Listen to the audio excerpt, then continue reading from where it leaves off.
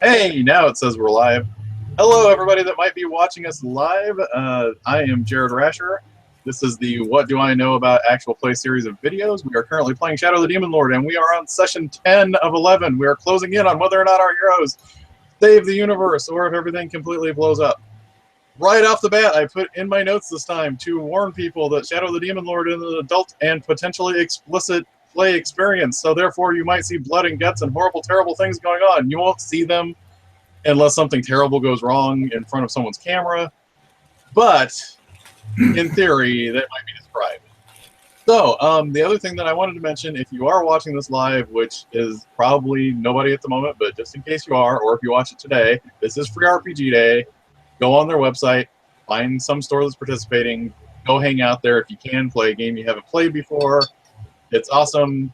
If there's people that haven't played RPGs before, be an ambassador for the hobby and get them into the game. So that's I just wanted to throw that out there since it's Free RPG Day. So with that out of the way, let's get our introductions in. Steve, why don't you explain to us who you are and who you're playing? All right, I am Steve, obviously, and I have been tormenting Jared the longest out of everybody in this game. And I still think Jared is a pod person because he shaved off his beard.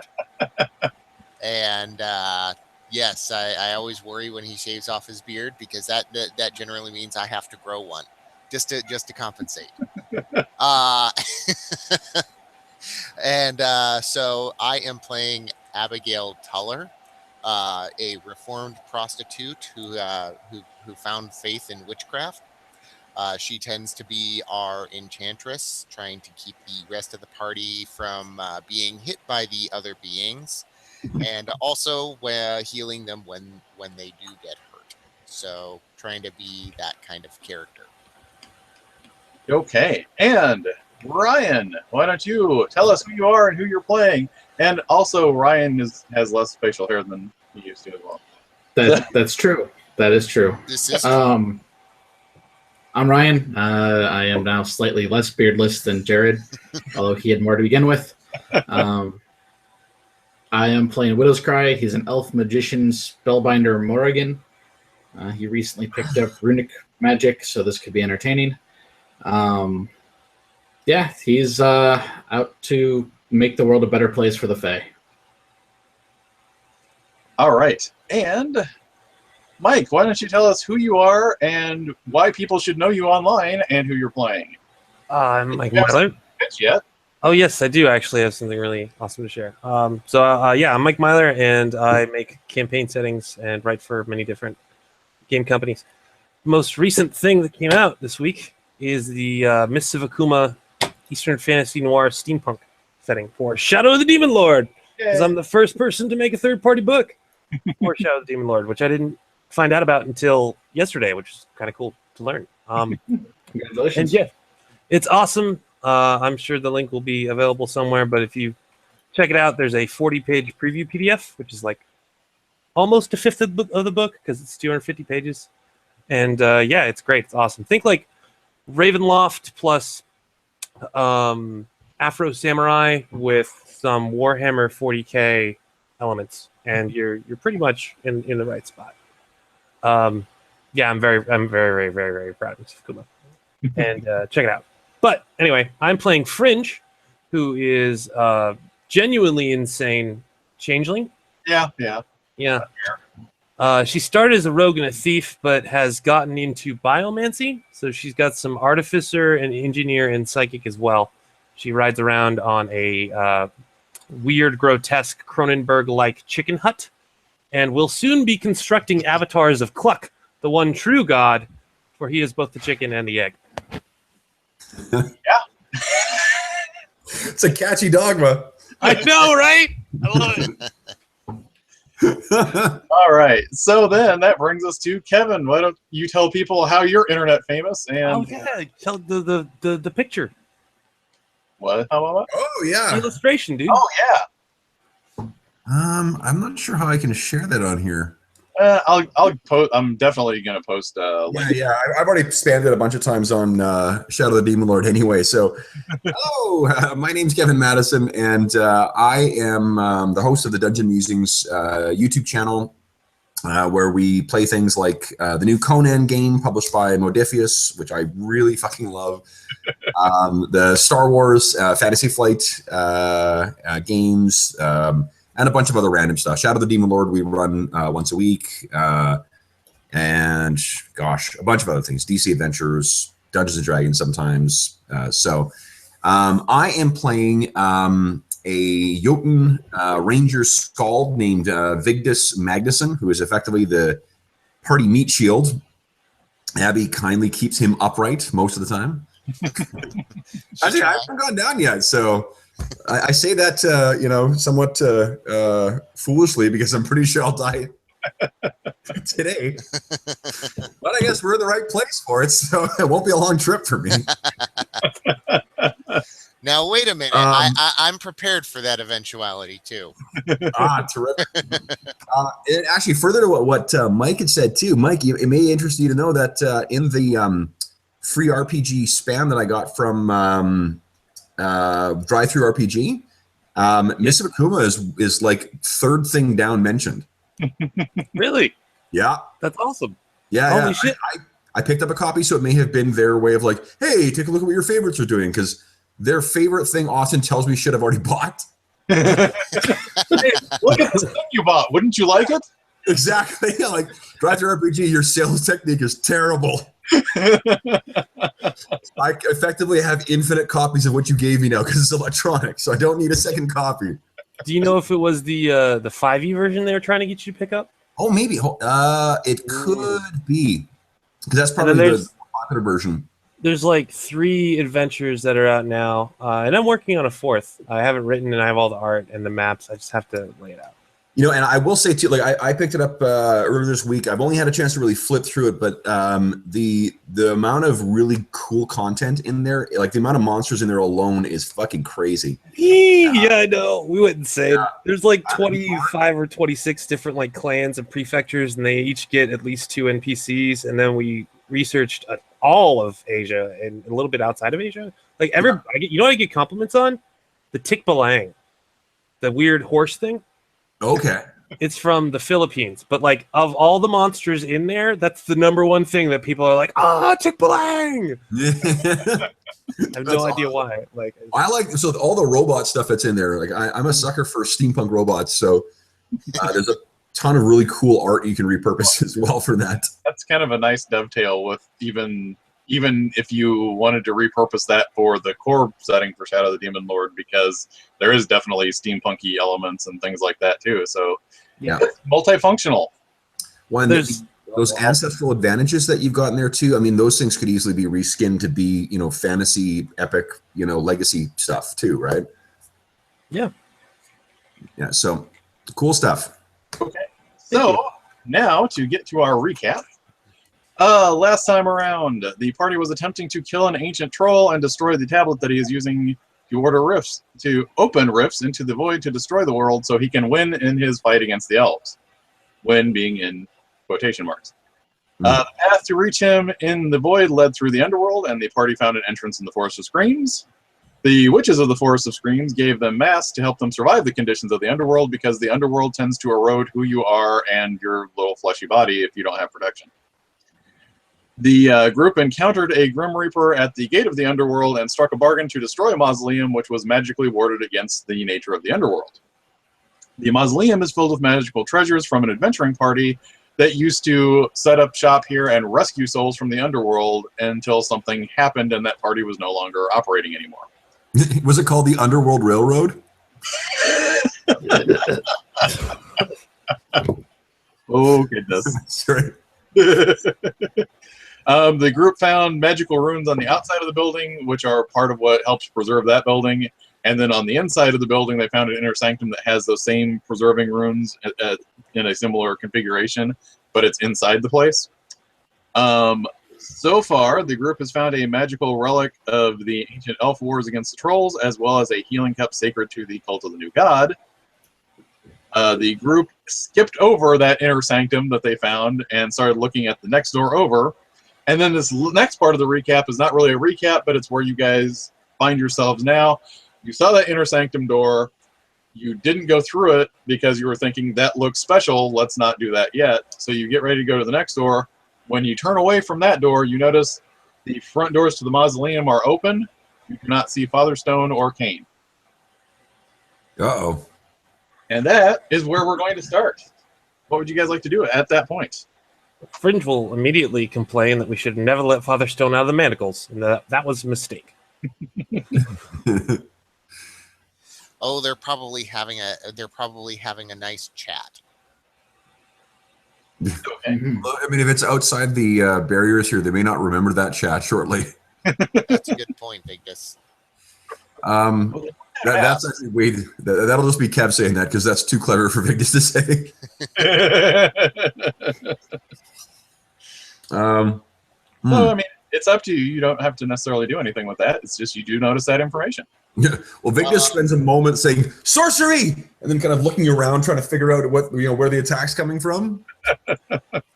I'm wondering if the Reaper beckoned them, and if the Reaper beckoned them, I would not be surprised that they would listen to him and go speak with him. Oh yeah, Ross is still outside. Yeah. And I would definitely honor anything Ross would say. So we'll just say that they're talking to Ross. Okay.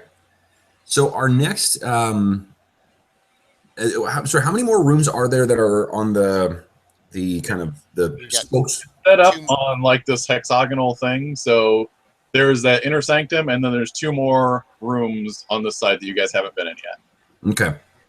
Besides the inner sanctum thing that you didn't go through.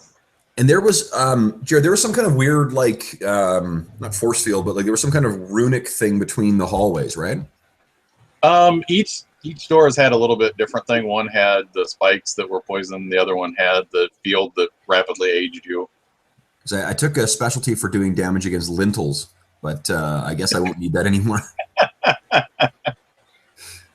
So yeah, there's 2 other doors besides that sanctum and the 2 that you've already looked through.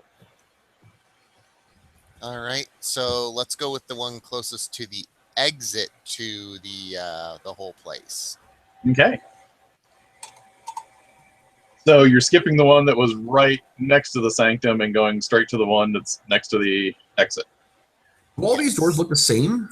Or is it like, are we skipping the fancy door? All of them except for that one at the far end with the extra runes on it look the same, except there might be, like, on each door there might be something in the center of the door that might look a little bit different.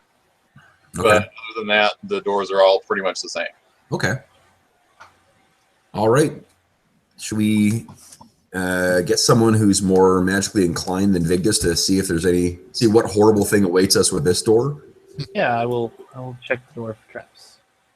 All right. Well, when you first walk up to the door, you do notice that, the other doors have had kind of like, maybe like artwork, but not of a particular thing on them. This one have a seal with words on it. And do you speak High Archaic? I don't. Yes. All right. The elf does. Would Widow's Cry, or anyway, does Widow's Cry look over and see this High Archaic? Oh, yeah. All right. The bow's ready because so far nothing's tried to eat him. He's sure it's only a matter of time. So when you read the High Archaic, you read that within this room lies the torch borne down from on high. I will share that with the group. And also, Fringe, did you make your test for checking for traps? No, I will do so now. My perception going. 1 second, as I familiarize myself with my sheet. Nope, it's too far down. It's just intellect. Oh no, yeah, it did go up actually. I have a +1 bonus to my perception off that my intellect. All right, so 26. 10 on the dot. That is good. When you're searching around this thing for traps, you don't notice any mechanical traps. You do notice that at like very tiny at the top, bottom, and two corners of the doors are these really, really tiny runes that if you look at them at the right angle, they appear to be shimmering a bit. Ooh. I point out these runes to my elven companion. Say, it's trapped. Deal with it. Or Vigdis. Hit it very hard. Here, and I'll point to where the runes are. Okay.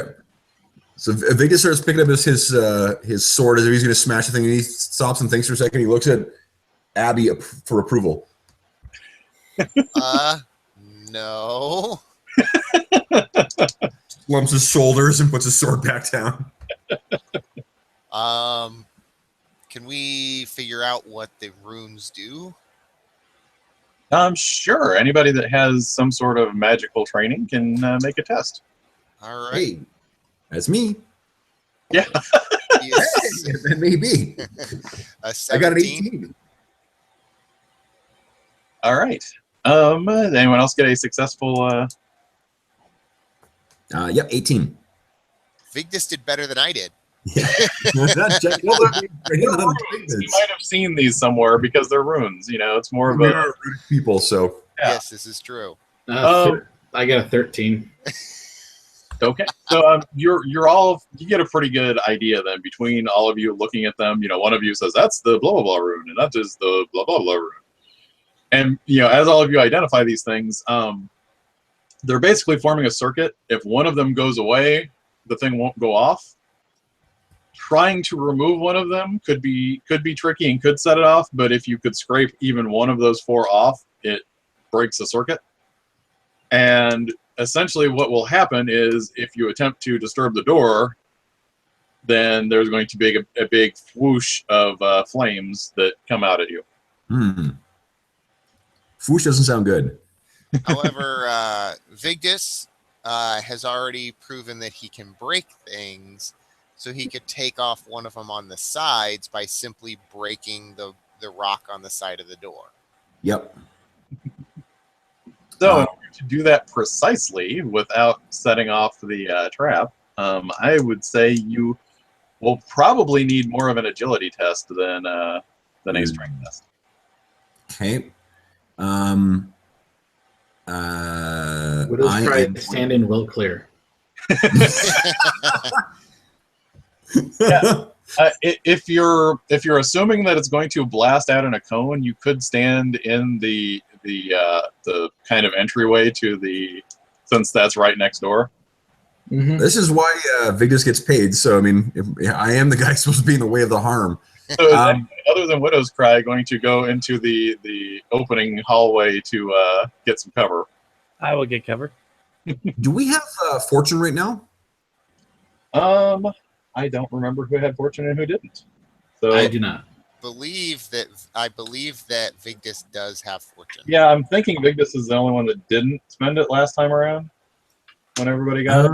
I believe that Vigdis, myself, and Widow's Cry. Actually, I think all of us have fortune. You might. Unless You know what? I, being the benevolent GM that I am, will award everyone fortune at this particular moment.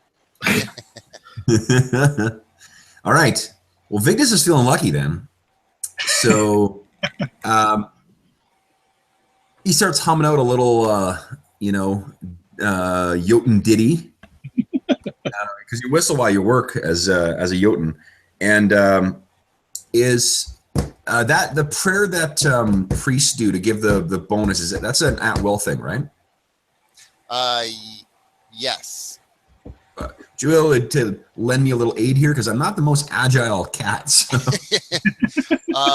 Yeah, I'm gonna go with prayer because I've already used guidance in this particular area. So okay. I only can grant you one boon. You know what? If it uses up a resource, don't worry about it. I'll just make a roll and see what happens. There may be more impressive foes for us to face than the door frame. So Well, actually, no. I'll expend my fortune. I'll expend my fortune to Oh, give you 2 sweet. boons. Thank you. Okay, see here. It's the same effect. Don't let her down. Whoa, glad for that. Okay, so we got an 11. All right, so Vigdis is like, just take this one here out, just right here, and you start like chipping on, and you see like this, all the lines like connect with this glowing thing for a second, and it starts getting really warm, and you just shove it really fast and knock that one out. The way I picture him doing, because I don't actually have a hammer, so I'm sort of turning my sword around and then like hammering it with my shield. When all you have is a sword. Yeah. Alas. Okay. So yeah, looks So- like the trap's disarmed. No foosh. No foosh. Terrific. So now, would you like to try the door? Yeah. Yes. You want to? Does it need unlocked or does he? It does not seem to open freely. Although all of the locks and hinges for this, having sat here for over 100 years, are in really, really good shape.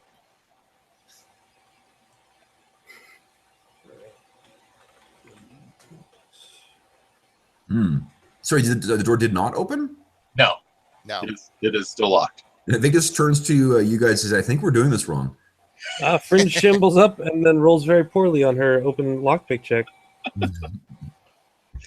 Yeah. So yeah, it's the lock is in really good shape, and without a key, it does not seem to want to open.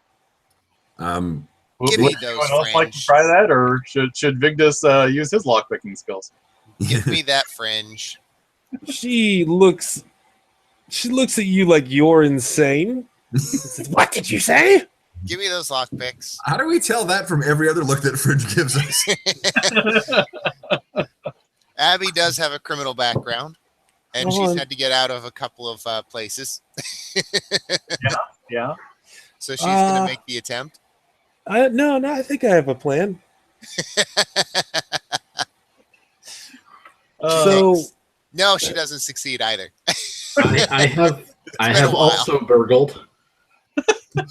Everyone's just like taking their turns at taking the lock here. If there were watches in this game, he'd be checking his watch and tapping his foot. That would be a 20. Nice. Yay! Nice. So Widow's Cry looks at both of you and see, the reason this didn't work is because this type of lock went out of style about 75 years ago. So Widow's Cry clearly remembers when this type of lock was all the rage. It's true. So the door clicks, and anyone that would like to open it, it should be wide open for you now. Awesome. What is within? All right. So when you open the door, you see, like in the other places, there are the tapestries.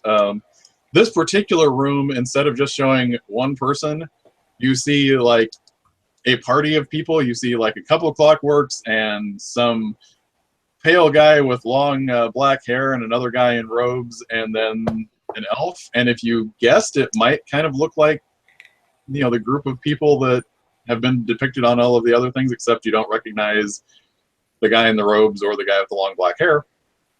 But, the clockwork kind of looks like at least one of the clockworks from, the clockwork that fell apart in the other room.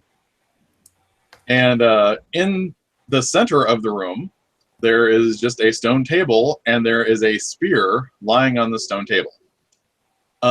Anyone that is trained in religion may make a test at this particular point in time.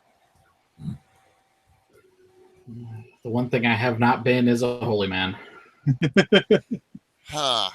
Well. I'm not technically actually a real follower of an actual god. So would that count or? This is more, if you have actual formal training as opposed to these are new dogmas.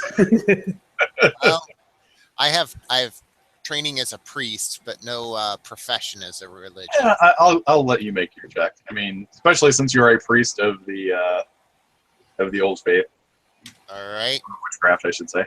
11 on the die, so 15. All right. When you are looking at this spear, this appears to be a quite famous spear if you are looking at it correctly from some of the carvings on it and everything. This appears to be the Dawn Spear.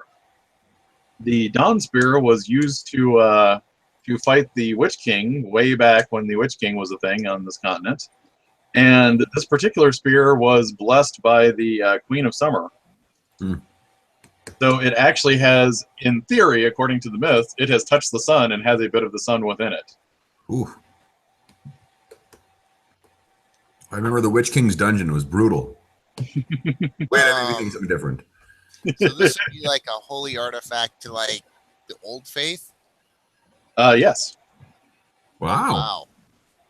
So yeah, so far there has been a Fey relic, a relic of the Cult of the New God, and a relic of the Old Faith.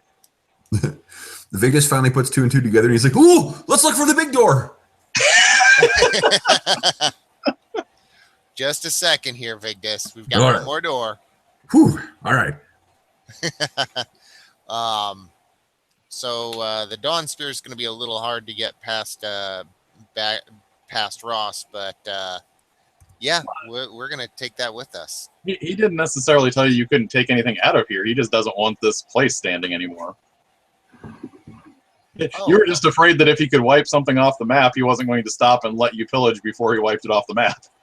Yeah, that's what we were worried about. But yeah, no, we'll take the Dawn Spear.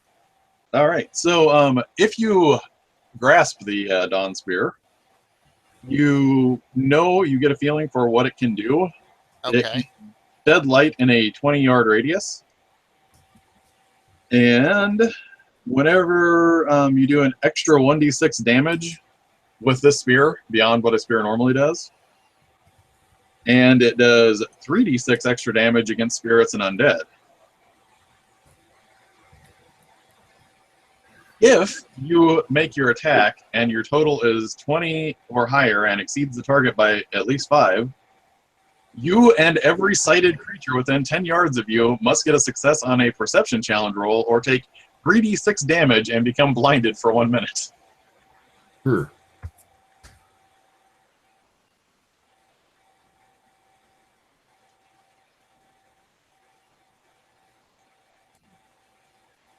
Good night.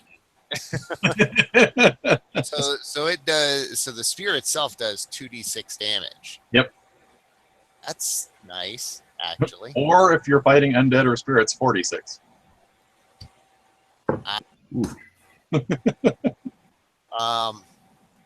Noted that we do not want Ross to think that we're going to attack him, because I'm not quite sure what Ross would think if we use this. So yeah, you have the spear now, and you have looked through. Let's Are there see. any books or ledgers in here about this stuff? There actually are. There's like tons of books and scrolls. If you want to take the time to look at those. And, Yeah, that'd be nice. Like anything magical in nature. and just so you guys know, not that it's important, but you have been in this tomb for 40 minutes so far. Got it. Give me an intellect test to see, like, because you're kind of scanning through books to see, because some of them are just sort of like, we went back to Earth to get lots of food to restock the pantry, or things like that. Yep. I got a 16 on the die. All right. So You and at this phase of the game, I will let you determine it. But you randomly got. Oh, that was sad. If you would like, you can find an incantation for a level 1 necromancy tradition scroll. level 1 necromancy tradition. Yes. Oh, that's horrible.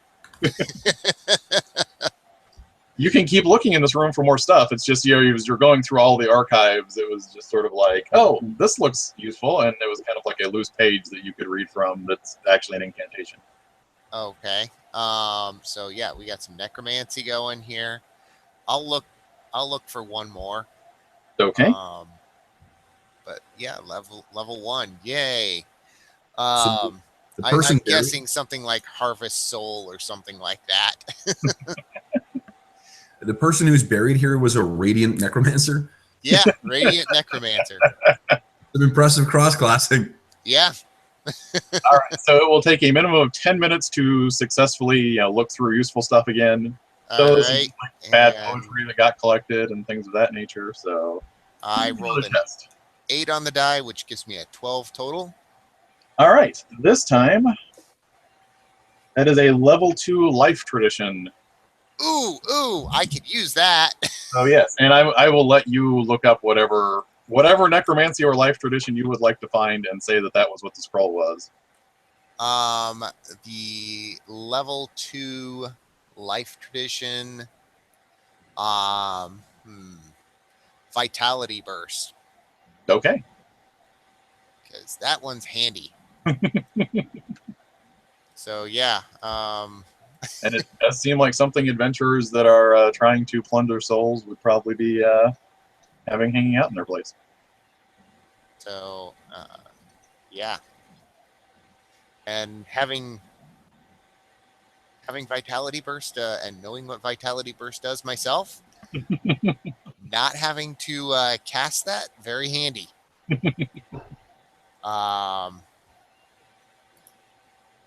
So would you like to try again for something useful? I think not. I think we should probably move on. Okay. All right, so you have explored 3 rooms. You have the one with the secondary set of preserving runes on it, and the other room that was next to that you skipped over.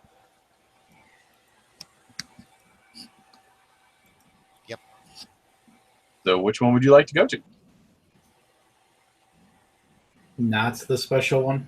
Yep. Yeah, let's save that one for last. All right, now what sorcery protects this one? All right. There is also an inscription in High Archaic on this door. Hmm. Would Widow's Cry like to? Hey.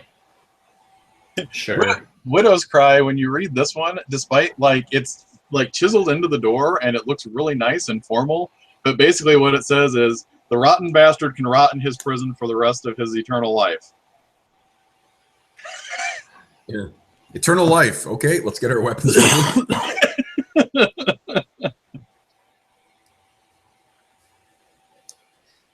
Everyone that's near the door, give me a perception test.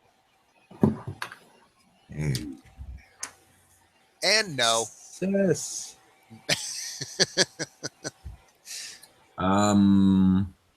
So I have if there's any ambushy type stuff going on, I'm not surprised. Yeah, it's not 12. so much an ambushy thing. Damn. Okay, yeah. So I have to leave it to the vagaries of the dice then. Actually, I just not bad. I got a 12. So yeah, Widow's Cry and Vigdis, you notice something really strange, and it's not obvious, but around the seams of the door, there appears to be almost like a wax seal, like someone poured wax into all of the places where there would have been gaps in the door. Hmm. I mean, you're not sure it's exactly wax, but it kind of looks like wax, and it's not obvious unless you really look at it. But both of you notice that. Fringe will reach into her bag of intestines and organs and stuff and sort of concentrate very hard, her eyes widening and sort of popping out of her skull a little bit. And she pulls out this bag with looks like it's got two pods, like fleshy polypy pods on it. And she just settles it over her face and then looks at you all and says that you should get away from the door. Yep. Get away from the door. Okay. Sounds good. So I use my artificer's bag to make a gas mask. Okay, Basically. nice. That's awesome. That's disgusting. If he didn't have fortune already, that would totally be deserving of fortune. But it's a gas mask that pulsates. So Probably also pusses and stuff. yeah. That You're effectively like Mary Poppins as directed by Troma Studios. that is a very apt description. Oh man. So what is Fringe doing then? Once she has the Well, I mean, I checked the door for traps, but I feel fairly confident there's a corrosive or dangerous gas inside of here. okay. So, but checking for traps. 19. Yeah. Other than now, it's very obvious, that seal is there now that you're up close and doing this. You don't see any traps or anything here. This is definitely some kind of deadly gas inside. And I will try to unlock the door. Okay. Is it locked? The door doesn't open freely. Like if you touch the handle and go to push it in, it doesn't open freely. But that could be because of the seal around it. Yeah. Okay. All right. Well, I mean, I do a 24 on the lock. It's totally. Actually, when you go to unlock it, you notice that same waxy goop is in the inside the thing. All right. Okay. Then I will move back a little bit and never mind. I reach back into my artificer's bag, and I will. Let me see. There are rules for flamethrowers, right? I feel like there are rules for flamethrowers. I think I saw some.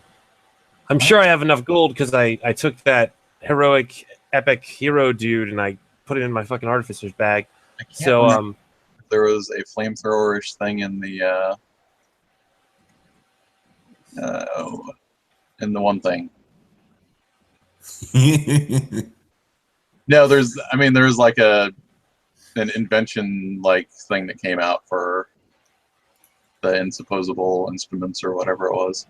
Is it for constructs? No, it was where is that? flare. There we go. Let me see. Pulling up Wikipedia, just to see if there's a flamethrower in it.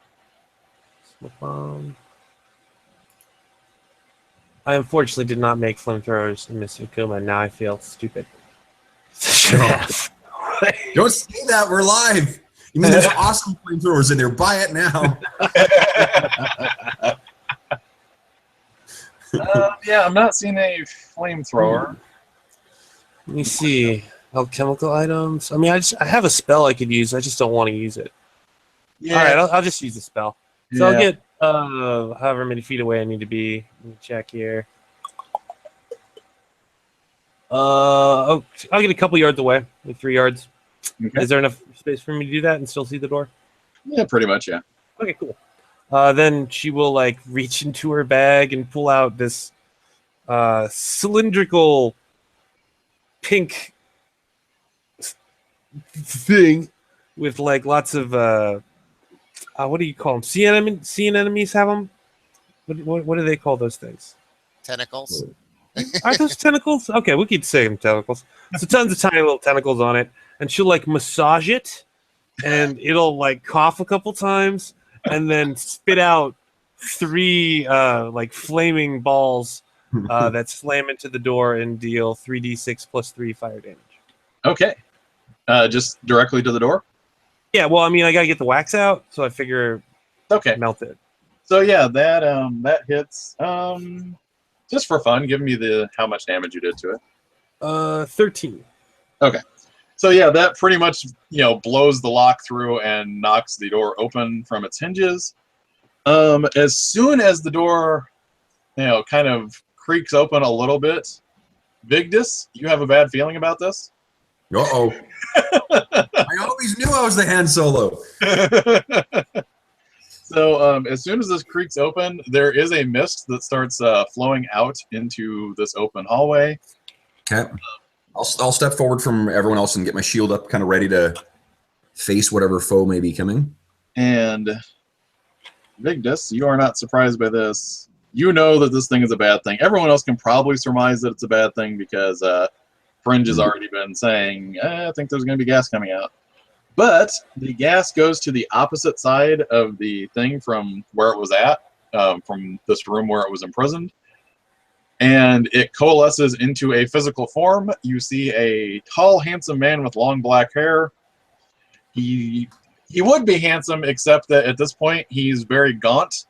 His eyes are glowing red, and all he says when he coalesces back into his humanoid form is, "I hunger." And he hisses it and bears long, sharp fangs. So, Okay. what would you guys like to do? He does appear to be hostile, so we will be going into initiative. So it is up to you guys how you would like to handle this. Okay. Who would like to take a fast turn? Are we effectively in the same zone as him right now? Yes, you are currently in the same zone. Sweet. If you go into the room where he was at, that's another zone. Or if you go into another room or into that entryway, that's another zone. But basically, most of this is in this big zone. And the main thing in this big zone here is just, all the doorways and then that big stone desk that was in the middle of the room. Mhm. Okay, so after 4 doors worth of just hitting door frames and hitting lintels and shit like that, Vigdis is really keen to hit something, more deserving of it. So he kind of laughs and yells, "Dibs!" Oh, God. and charges into This this guy just shakes his head. I can't believe that's what he's been saying. Okay. So Rage Big wants going to to engage the humanoid figure with fangs, and I'm not going to say what it is, even though it's pretty obvious. The werewolf, right? Yeah. Fringe is going to reach into her bag and pull out like looks like a flashlight. And she'll just squeeze it really hard. Well, I mean a fleshy flashlight, obviously, at this point. Squeeze it really hard, and like a sort of like anus thing spits out this disgusting ichor at the thing as I cast Hateful Defecation on it. Oh, goodness. So first, Big just do. Well, I was trying to I get. have to I don't want to get big hit with it. But. much appreciate it. It's in my hair. So I rolled ass, so I'm gonna spend my fortune to do better. Okay, you rolled ass, but apparently, Fringe is going to cast ass, so that's... I didn't take that expert path, so I have. So I'm trying to find the page tells me what I can't remember. What is spending fortune? Turns into a success. Okay, that's it. All right, so I hit. Wait, before we go any further, I am sorry. I apologize. I don't mean to bring this to a grinding halt. It's kind of important. Everyone give me a will test, because this is a scary-looking thing. Okay. 15. A tiny gaunt-looking guy. He doesn't scare me. He looks like one of our teenagers. Oh, I stand corrected. Apparently, I am scared. Well, it's the red eyes. You're fine when you're just looking at him, but when the eyes turned red, it freaked you out. Yeah. So this is actually horrifying. It's horrifying. Oh, crap. Yes. So you take sanity on top of being afraid of it. So you are frightened and... Yeah, I'm going to, since we are doing some retconning, I'm going to have spent my fortune point on that instead. Yeah, that's fine. Yeah, I apologize. That was kind of important for this monster, so before we got too deep into it, I wanted to make sure. No, that's fine. Does that mean I get to That's reroll good. my attack? Yes, you may reroll the attack. So was anyone... Actually, Vigdis, before you're rolling your attack, given what I think this is, Yeah. I'm gonna go ahead and use prayer on you. Ooh, what does that do? You get 1 boon on your triggering attack roll. Sweet. And I believe, hold on just a second, and if you hit with this, you deal an additional 1d6 extra damage. Love it. Let me try and not let you down here. Yeah. Charge in, and hey, that's better. About a 20. Oh, God. 6, 23, 29. That will hit. Yes. So I'll slam into this thing, and because I beat it by more than 5, I get an extra dice and an extra. Oh shit! I need another. I need to re-roll one of my d6s here. Okay, so it's what is that? 7, 10, 15, 16. 16 damage. Okay. And that was using your sword, correct? I was using my sword. Yep. And some harsh language. All right. You strike it. You cleave a huge gash in the thing, but it does not appear to be as effective as it normally would. I mean, you injured it, but it is, it resists it, and the flesh is already starting to knit slowly back together again. Okay. Vigdis curses. Sorcerers! Abby would like to take a fast turn. Okay. Abby's going to use the Dawn Spear. Okay. And she gets a boon because she used the boon on Vigdis. All right. Abby comes running up with this glowing spear. Oh shit. Let's see here. 13 plus 3, 16. To hit. A 16 will not hit it. Oh, wow. Oh, hold on. Did I forget to mention that I used my You did. not during performance, my what the fuck is it called? Combat inspiration. Why don't you roll 2 more boons for that? Oh. So add 2 to that instead of 3. So 18? 18. 18 still does not hit its defense. Oh, fuck this thing. Wow. It definitely it has superhuman agility and just dodges out of the way of the spear. Oh, wow. But That it's- is now that not they're- cool. Now that there's 2 party members standing right next to the guy being aimed at with hateful defecation. I'm sure this will end well. Fringe, would you like to hatefully defecate the I will take a. Oh, I mean, do I want to take a slow turn? I'm already 3 yards away from him, so I'm not within melee, am I? You're not engaged. I mean, we're doing areas, so you're Right, right. engaged or you're not. You're in the same area but not engaged. Okay, cool. Then, since I do not feel immediately threatened by him, I will indeed hatefully defecate. Usually people hatefully defecate when they feel like, Oh, 23! Yeah. oh man. All right, sweet. So I deal extra damage, right? That's how it works. 1d6 extra. So he's going to take. I mean, I assume 23 is higher than his strength, right? Yes. Okay, cool. Then he's going to take 2d6 plus 2 damage and be dazed for 1 round. If he can be dazed. He's undead, so I don't know. Also, he's going to violently shit himself yes. as he takes 13 points of damage. Almost rolled max. Sweet. It's going to be downhill from here, everybody. So yeah, he's not dazed, and what actually happens, which is even more disgusting than what usually happens with the spell, is like dried, crusty blood like pours out of his orifice.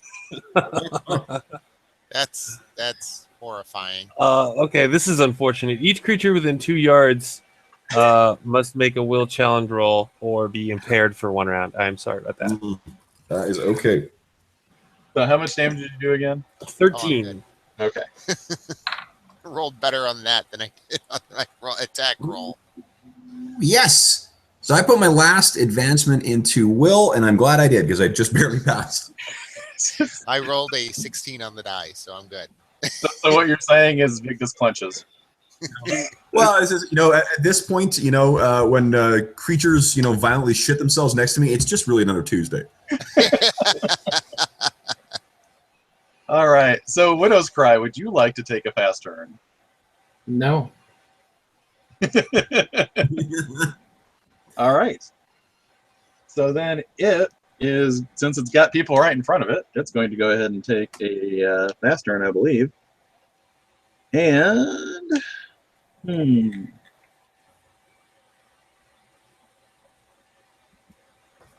yeah, I think he's going to do that because he's hungry. So, Abby, you look like lunch. I I'm figured. a much bigger lunch, bigger helping. Get me. Yeah, but it's attack versus strength. So Yeah, Abby is like lunch. definitely the easier food in this case. Abby looks more like lunch. Although, if he's dazed, he cannot use actions. He is not dazed, though. Yeah, that's what I was He afraid took of. damage from losing the extra blood, but so with his strength, that is does a 22 hit Abby's strength? Oh, yeah. Jesus. Oh, yeah. More than enough.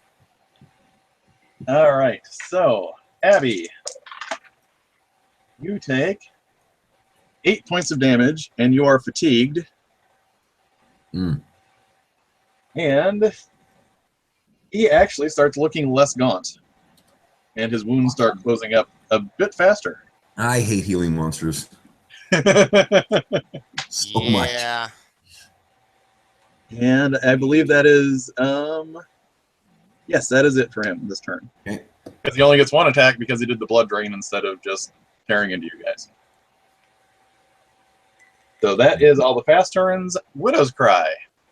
So now that you've fed, can we talk, or does this need to continue? It does seem this creature, as far as actually everybody, if you want to make a intellect test at this point to be sure what this thing is.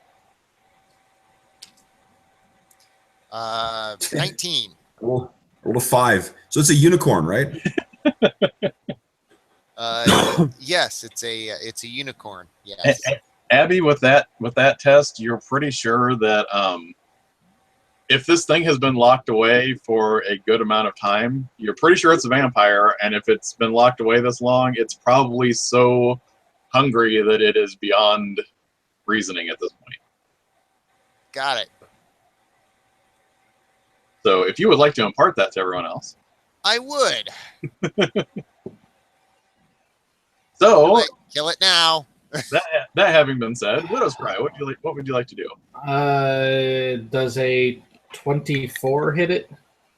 A 24 does hit it.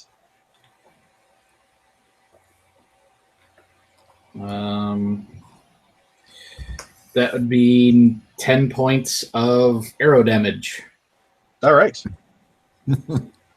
making for, trying to hopefully hit it in the chest, because staking and all.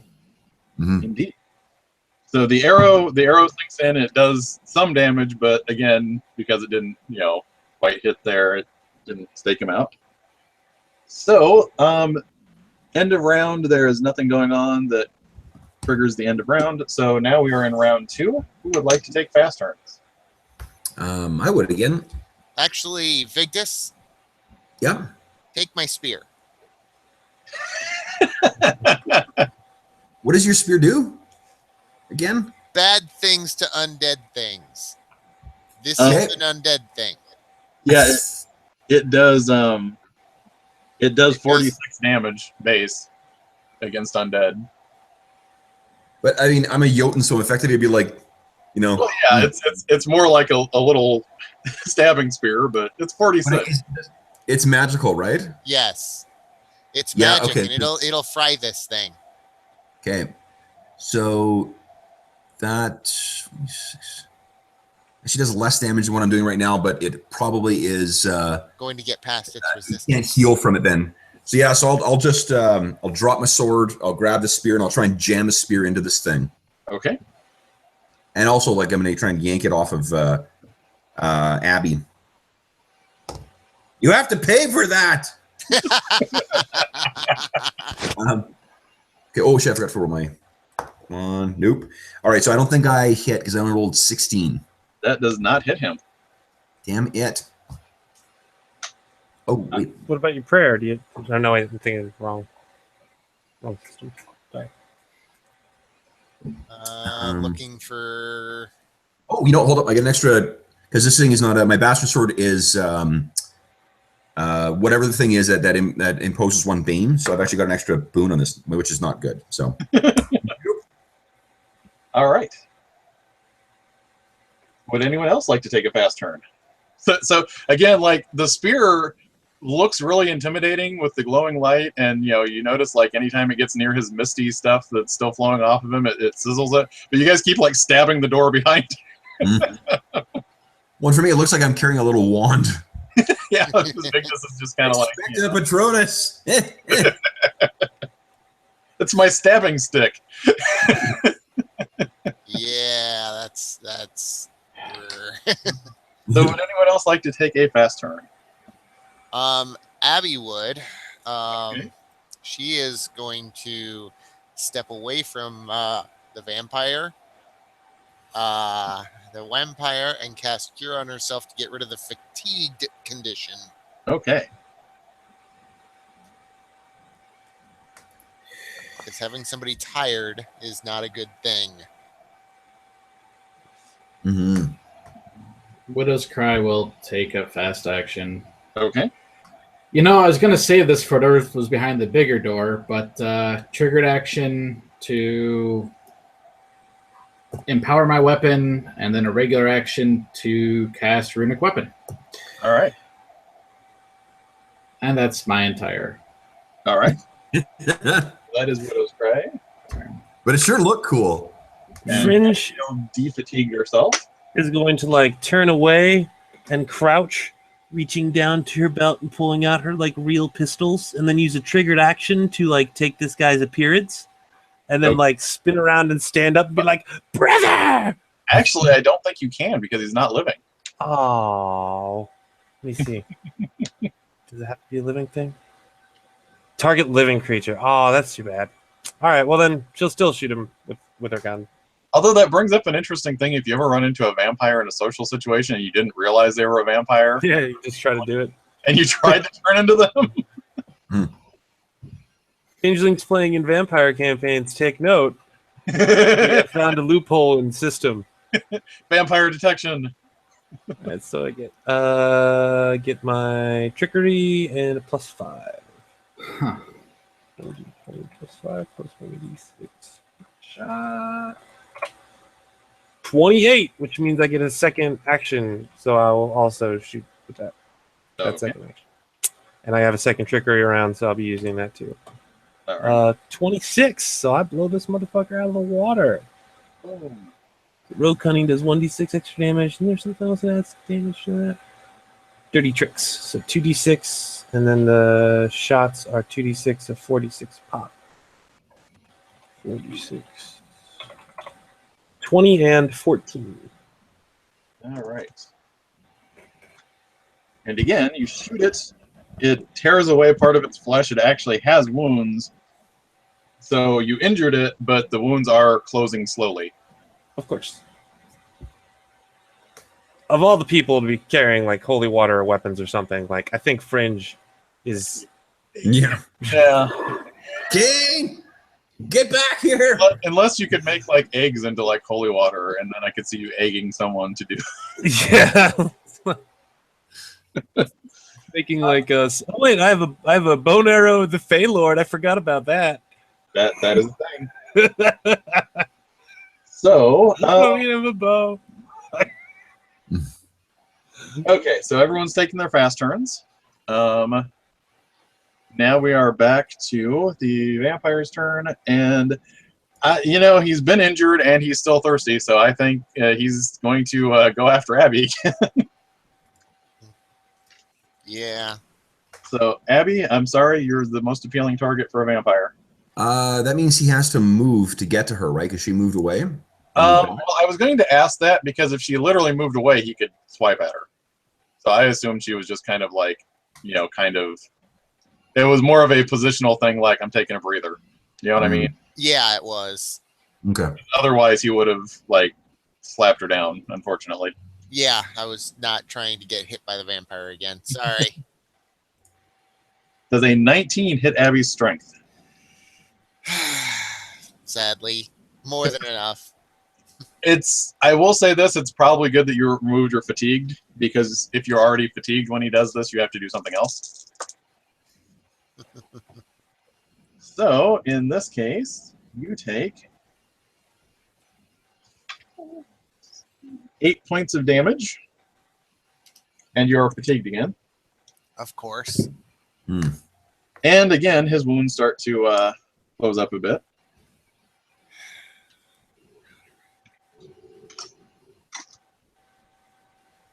So that is the second round, and there's nothing end of turn that I triggers. So third turn, who would like to take fast turns? Widow's Cry will. Okay, Does a 29 hit him? a 29 solidly hits him. Yay. So that's good. And that'd be 5d6.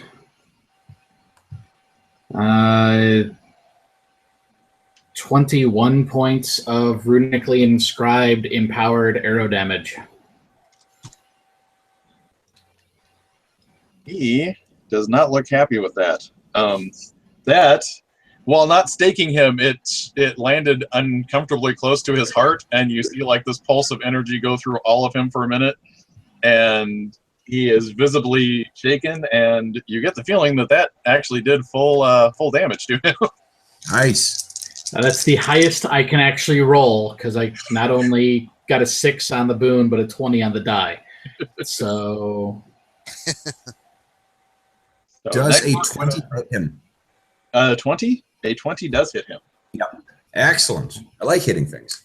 All right, so let's see here. It's 4 points of damage, plus 1 because it's my prey, plus 1 because of master, or what is it?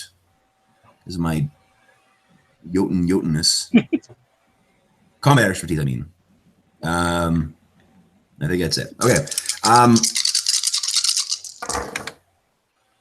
It's a little better.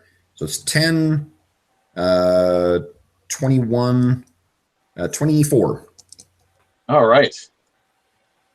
And the spear like shoves into him, and much like with the runic arrow, the pulsing light there, like the wound like flares with flame for a second, and you definitely feel like you did all of that damage to him. Excellent. Who would like 2 boons in their next attack? Who wants boons? Well, Abby's kind of in need of boons, Okay. or actually, or Widow's Cry. Widow's Cry's already attacked.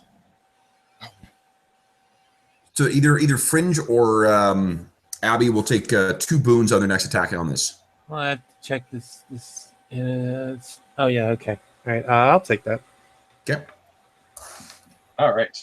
So, Fringe is going are you to. taking fast turns? She is going to take fast turn. She reaches into her bag.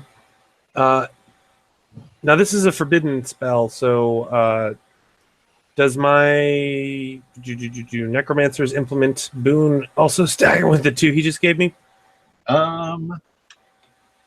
No, it's only for the necromancy tradition.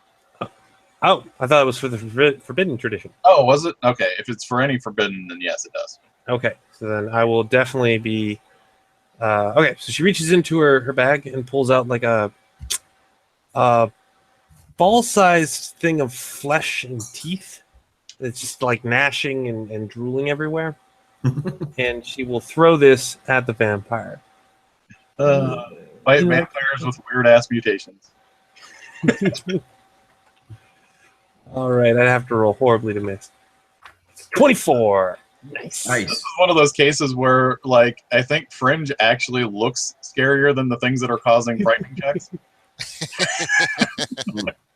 All right, so it will hit the vampire, and then like as it goes through the air. Oh, I rolled terrible on the damage. As it goes through the air, it like expands out and becomes like I don't know, jacket sized, and it will just like consume its flesh, and one might even say part bone from flesh.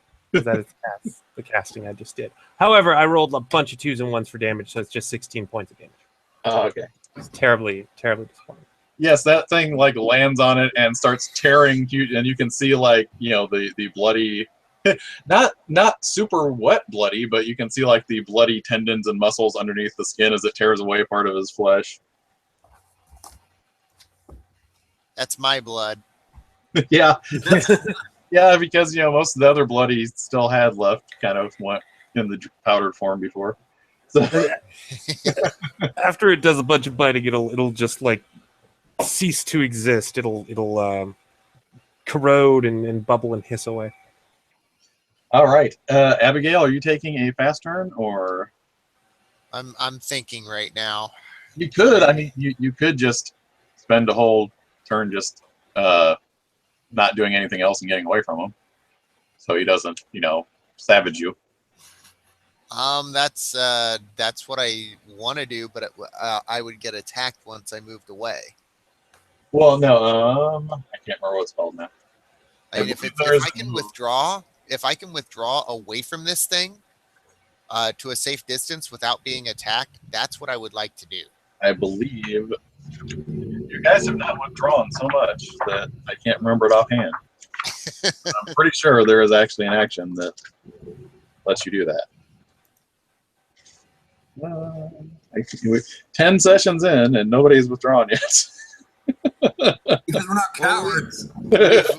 We've not really had to. I've been able to hide behind Vigdis every time. I've done it, but I've used celerity to do it. Yeah. Okay, of course, in that section. I am sorry, I didn't mean to slow things down, but I did want to make sure that you can. Okay. Is the crew information in the ship modules section? Yes, exactly. Crawl, jump, stagger. Really? Concentrate, prepare, hide. Retreat, yes. But retreat is an action, so you have to wait for your. Unfortunately, you have to wait for a slow turn and then use an action to retreat. But I haven't taken an action this turn, so I Yeah, can I know. wait for a slow turn. Yes, I know. Yeah, but he's probably going to go fast. I know.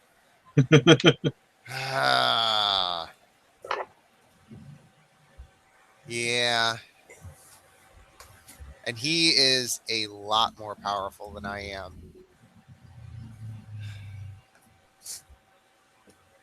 That's just not nice. Hey, maybe you'll become more powerful now that he's bitten you twice. You should bathe in his blood just to, make sure. Maybe drink some. Actually, no. I'm gonna take a fast turn, and I'm gonna hope that this works. Okay. You can be Abby, Hooker of the Damned. It'll be great. Pretty sure I saw And then you about can. that once. And then There is you can. actually a tradition or ancestry for vampire. So And you can then live forever with Vigdis at his lake. It'll be great. If this is Jared, if this is your clever way of segueing into us playing a Dusk Till Dawn campaign, I'm in. Anyway, I'm gonna cast Witchfire. okay. That makes me invisible. Okay.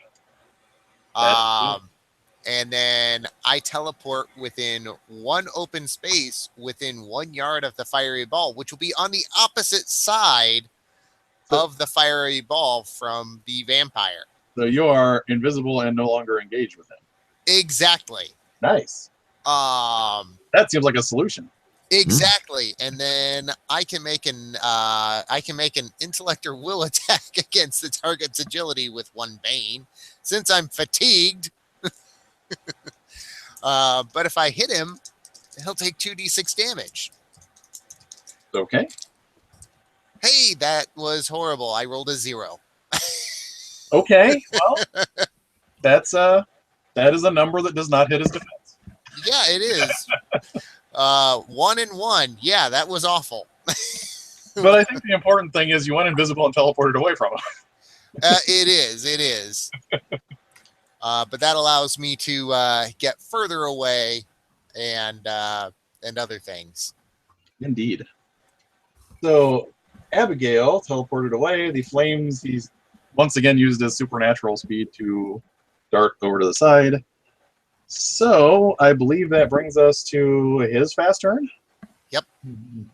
So what he's going to do on his fast turn, he's not confident that he's going to make this same meal out of Vigdis, so he's thinking maybe he should just rip Vigdis's heart out of his chest and look for his meal again. You can try. He is going to attack Haha, just as I planned. with his claws. Did you call them his paws? Are we fighting a puppy? His claws. Ooh. Wow. So that is a 29 to hit Vigdis with the first claw. Ooh, just barely. Oh crap. Huh, that's handy. It heals me? That's awesome. No. What is your defense? My defense is a 20. Okay. So in that case, you are automatically grabbed. I'm going to do the other claw first, and then we'll resolve what happens because he automatically grabbed you. What? Okay. And the second attack is a 24. So he hits with both claws. Yep. So claw damage, you take 11 Okay. and 8. Okay, so 19 in total. And because he automatically grabbed you, he's now going to do a blood drain on you. He can try. No, he will. And that is 12 points of damage from the drain. Get off me. He's right on me now. Does that mean I get a boon to hit him? Sure. Hey, see, you don't get him, you don't ask. So yeah, he's looking a little healthier after drinking Jotun blood, though. Nah, to be honest, I mean, we're a little shittier than he thinks, so. Jotun blood has all of the nutrients a growing vampire needs. Okay. All right, so now we are in Chocolatey round oat and blood. round 4 fast turns. Who would like to go? Yes, please. I want this fucker off me. That's a little better. How about a 24 against him? That definitely hits. Is that more than 5 in his defense? 24, no. Fuck him. 4, 5, 6. All right, let's do this. Come on. 10, 20 damage. All right. Not down. Actually, it's helpful having a teeny little weapon now because I'm just going, get off me. It's like using the spatula to scrape off the, Totally. the pan. Widow's Cry will take a fast action. Okay. Another runic arrow, 24 to hit. All right, that hits. 28 points of damage.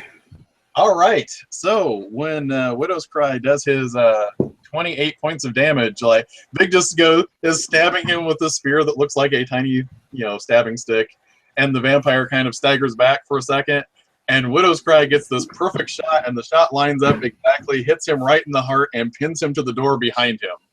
Awesome. So the vampire immediately does the dramatic vampire death thing where his flesh completely withers away, and there is this big blast of non-damaging like wind coming from the body, and there's just the skeletal remains with the arrow pinning him to the door at the moment. If you want me to keep being this useful in case there's something behind the final door, we need to skip this room and open that door. Or sleep. Abby's going to cast Cure on herself real quickly. Okay. Get rid of the fatigue condition. Yeah, I'm going to quaff a healing potion. Yeah, actually, let me phrase it this way. The, Everyone, tell me 1 round's worth of thing you would like to do at this point, because the fight with the vampire was a little loud. Okay. Healing potion for me, please. And I'll recover my. I'll toss the spear back to Abby and grab my sword again. Yep. And I cast my Cure. I guess I'm going to cast combat prowess, because since I'm already using all of my spells, I may as well be more effective in case something happens. Is Fringe doing anything in this brief moment when clearly nothing else is going to happen? But yet, How long is it? A whole minute? What's that? Or is it a minute or a round? Just a round's worth of stuff here. She'll stuff the gas mask into her artificer's bag because it doesn't look like she needs it. Okay. Yeah. Let me put it this way: because of the noise, something was going to happen on round 5. So you guys had about a round there before something about to happen. Yeah, all right, cool. I'm good. Okay. So all of you do that. You kind of recover from the vampire. You take a bit of a breath. You do a little bit of the thing that you do. And you notice the front doors, which were hanging open, slam shut. No one appears to be around them that you can see, but they slam shut. The door to the inner sanctum opens up, and within you see a figure that appears to be, at best, he is like a withered corpse. He has like mummified brown flesh, like dried down to the bone. Wearing very nice robes that are actually well kept. They're not like, damaged, withered up robes. And he's got scraggly white patchy hair left on top of his mummified looking head. And the door opens and he goes, "Why did you have to let Kintaros out? He was still being punished for his crimes." We punished him even better. Unfortunately, you appear to be robbing this place. I cannot let that stand. But I would be a poor host if I didn't introduce myself. My name is Darugan. Dibs! And Widow's Cry. Anyway, don't let him monologue. When he mentions the name Darugan, Widow's Cry, you have several things that trigger in your brain. Oh boy. Darugan was the name of a Death Lord, which are sometimes in some lands known as liches, that performed a rite in order to make himself a lich that required the wholesale slaughter of a large number of pixies. Oh. It's odd. So Darugan walks out and goes, it's really sad. I haven't really been able to get out much because we used to have an artifact that not only preserved our place here, but it also made us invisible to the denizens of the underworld. But then that one bastard in our group, Gearbox, left with it and sold it for something, and we've been trapped here since then. Gearbox? Yes, he was an old associate of ours. He was part of this group. He used to help us collect souls. He's unaffected by the outside circumstance, and at some point he just stole our concealment artifact and said he had to go sell it for something. I think he had a substance abuse problem, to be honest.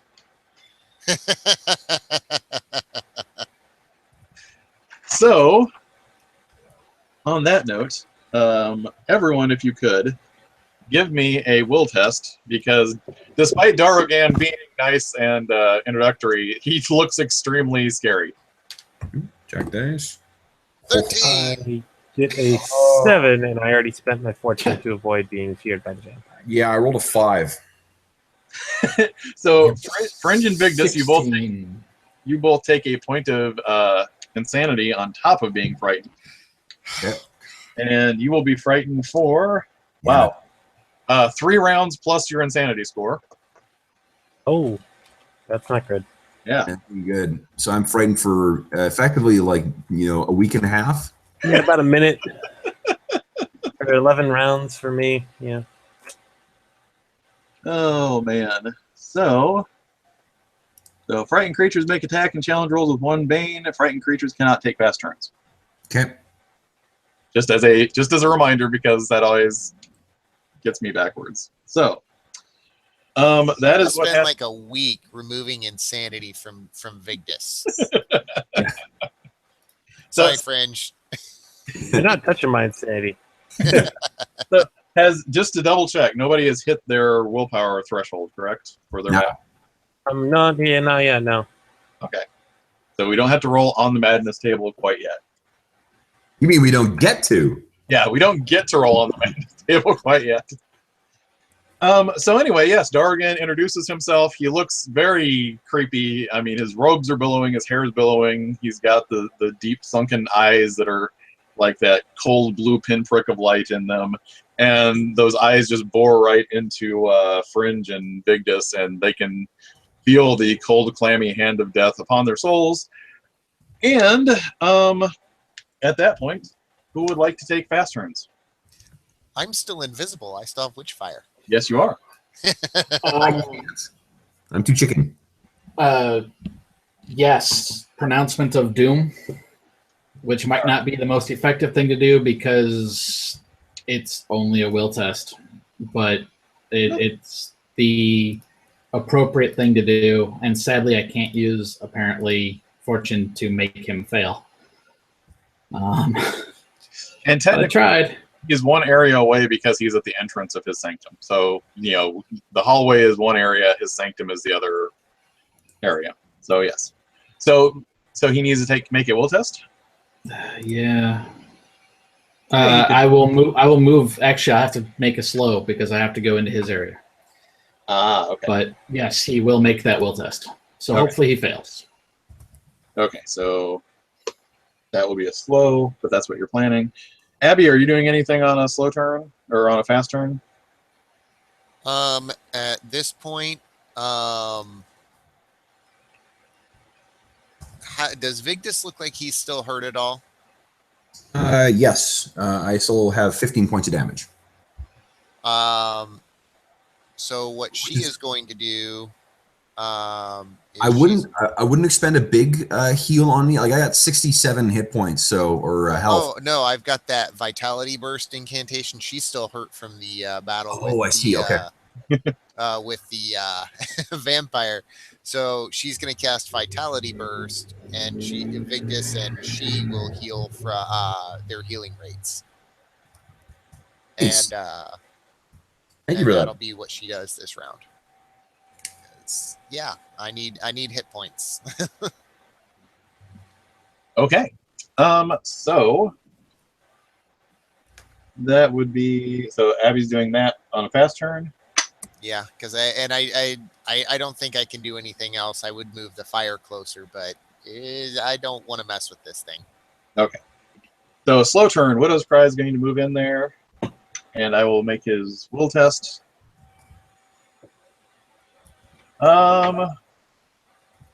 13 on his will test. I'm really kind of disappointed in. Does he have any? Wait, I don't know if that matters. Hold on. Nope, there are no modifiers for it, which is weird. Yeah, it's not going to do a lot of good against this guy. His will is considerable, being that he's a lich. So yes. Well, yeah. Well, I mean, anybody can. I mean, it's just a regular test. So, All right. The Widow's Yeah. Cry, you moved in there. He did that. He failed the test, but you did what you were going to do there. Fringe and Vigdis, you can take slow turns. What would you like to do?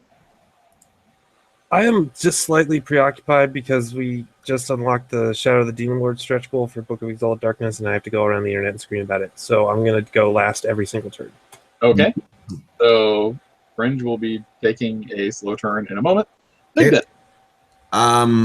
So Vigdis, once he sort of catches his himself and gets his nerve back, he cries out, not as emphatically as he normally does, "Dibs!" Did. And then he charges in and tries to brain this thing. Beat the mummy. Yeah, okay, so let's see how this goes. Fucking Bane. Hey, how's the 17 work?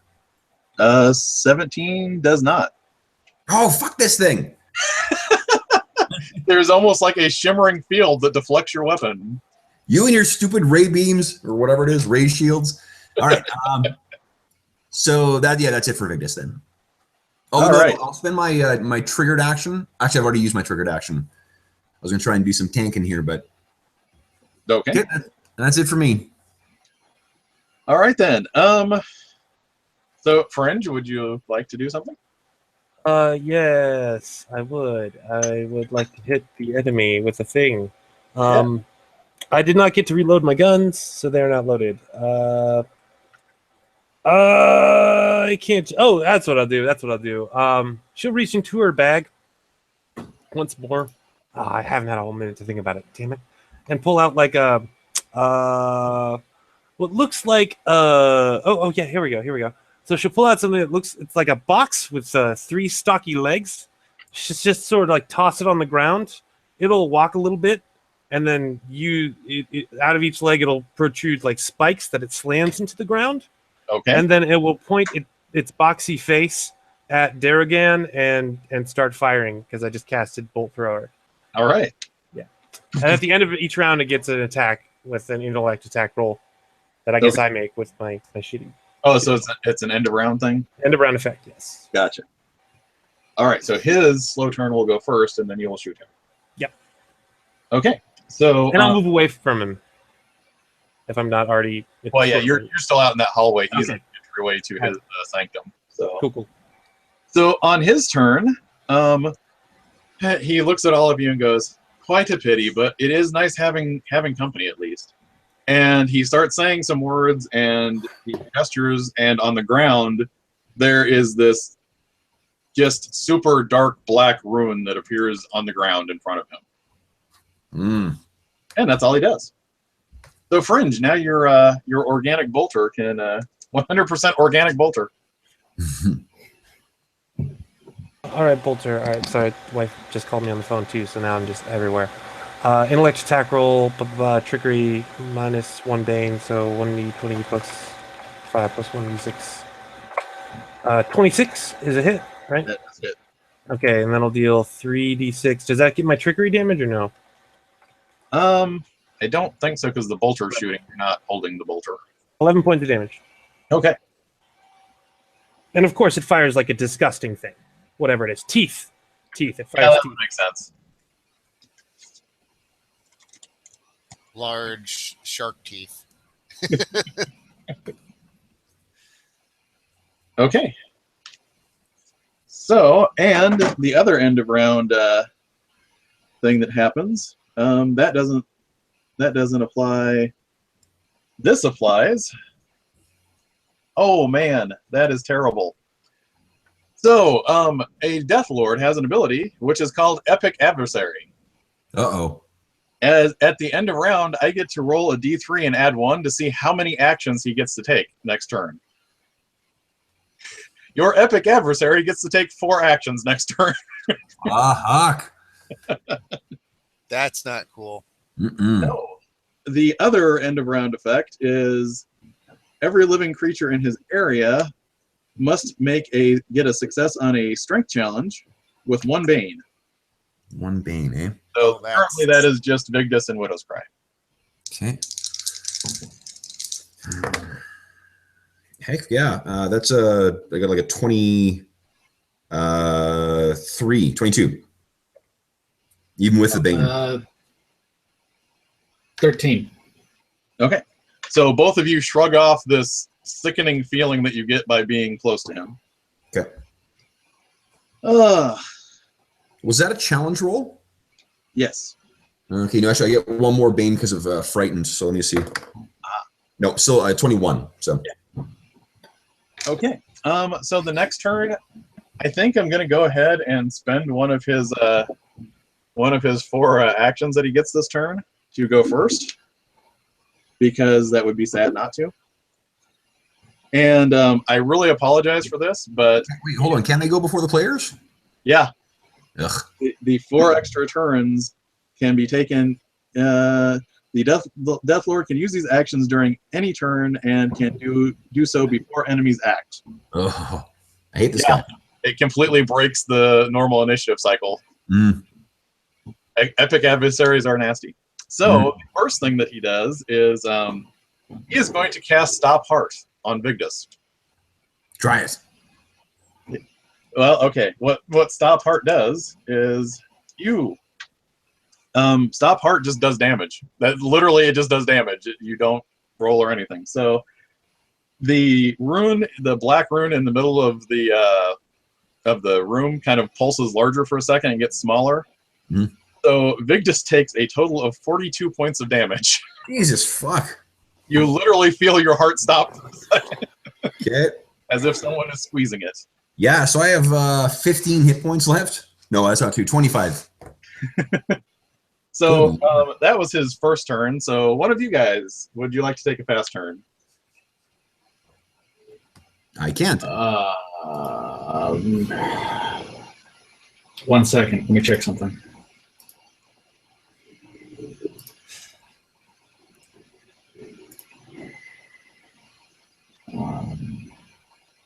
Battle. Thankfully, he only has 1 casting of Stop Heart.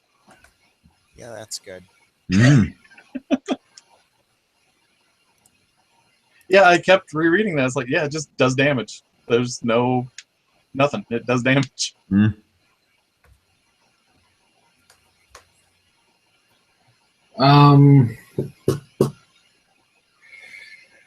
Yeah. Widow's Cry is going to use Celerity Okay. to move up to twice his speed to end up by one of the runes that makes it so Ross can't come in. Okay. In the outer sanctum or all the way at the entrance? Wherever the nearest one that, if damaged, would allow Ross to come in. Okay. There. I'll see your Death Lord and raise you a Pet Reaper. Okay. So yes, you are by Yes. those on the inner sanctum. Actually, just because I don't want my thinking to be unclear, the way this works, you're pretty sure with your arcane knowledge, if you get rid of the runes on the inner sanctum, you would still have to get rid of the runes on the outer sanctum for. This is kind of like his fail-safe room. That's okay. I see exactly where you're going, Widow's Cry. Well, so then, but he'd go to the outer ones first, because that would make use of the celerity. He could start shooting the other ones from where he stood otherwise. Okay, so you're going back to the doorway. I'll, past the hallway back to the entryway. Yes. Okay. So yes, you use celerity. You get back to the entryway where the first set of preserving runes are at. Yep. Okay. That's where Widow's Cry is at. That's his whole thing. Okay. Would anyone else like to take fast turn? Cannot. Yes, I know. Two of you can't. I Abigail. don't want this guy to hit Vigdis again. So Abby, I really want to hit the Death Lord thing. Dang it, he's gonna get 4 actions, and I don't want him to kill Vigdis. All right. Abby will take a fast turn. Is she close? Is she within short range of Vigdis? No, you would have to move to get up to Vigdis. Crap. Then I have to take a slow turn. Yes, unfortunately. Because he is in the inner sanctum at the moment. All right. So yeah, I will have to take the slow turn then. All right. He is going to take another one of his turns then. Bring it on, Boney. What is Vigdis's strength? Is a 16. 16. Okay. This might work. Hey, it does work. He makes a will attack versus your strength. Mm-hmm. And he doesn't get the big bonus. He only hits you by 2. So that is, you take 14 points of damage. Yeesh. And you see where the bolter tore into him? Yep. It seals up and repairs itself. Oh, fuck healing monsters. Seriously. Fucking hate that mechanic. All right, so let me make sure. I need to make sure how many castings he has of that. Okay, that is only one of his castings of that. Let's see. That's 2 of his actions. I'm really sorry, Vigdis, but no one else is in here at the moment, and you are kind of a... That's my job. So he's going to take his 3rd action. To surrender? It would be nice, wouldn't it? So, yeah, he is going to... Yeah, that is against strength as well. And that is an 18 versus your strength. That hits, yeah. So that is 1, 2...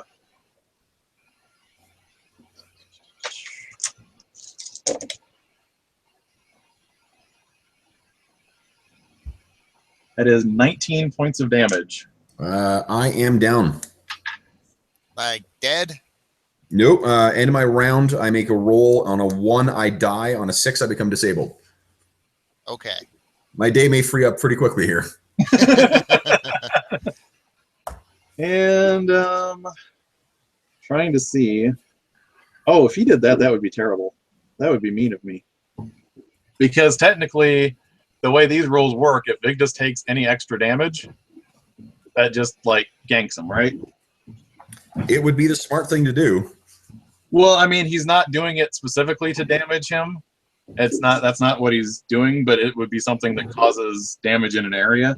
Yeah. So, that would be mean and sad. But Vigdis is semi-immortal? Being the stranger? I've got the application in for that job, but I haven't been hired yet. Oh man.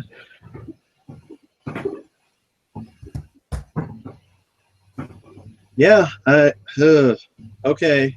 I'm going to say Do it. this still probably won't. Yeah. So his last turn, he's going to cast Death Fog in his sanctum. Haha, I'm already dead, so it just makes me. Oh wait. He's not. Well, I mean, you're not dead yet because Death Fog doesn't trigger until the end of turn. So I was just thinking, would it be mean to make you roll first and then have you die right after you didn't roll one? Yeah, but that's enough time for Abby to get there and heal him. Yeah, that's possible. So yeah, he casts Death Fog. So there is a sickening greenish-gray fog throughout the entire sanctum area, and if you end your turn in this area, it will do damage to you. Got it. And not that he needs to do that one more than once, but okay. Yeah,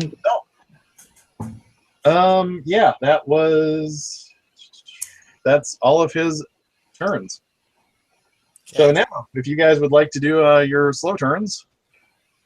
Can Abby, as she's moving, can she bring her little fire with her? Sure. Okay, good. She moves up to where she can get in range of Vigdis, which is probably in range of the fog. And then, since she doesn't have to touch him, thank you, healer, she's going to cast Total Healing on Vigdis. Hello. Is that what it sounds like?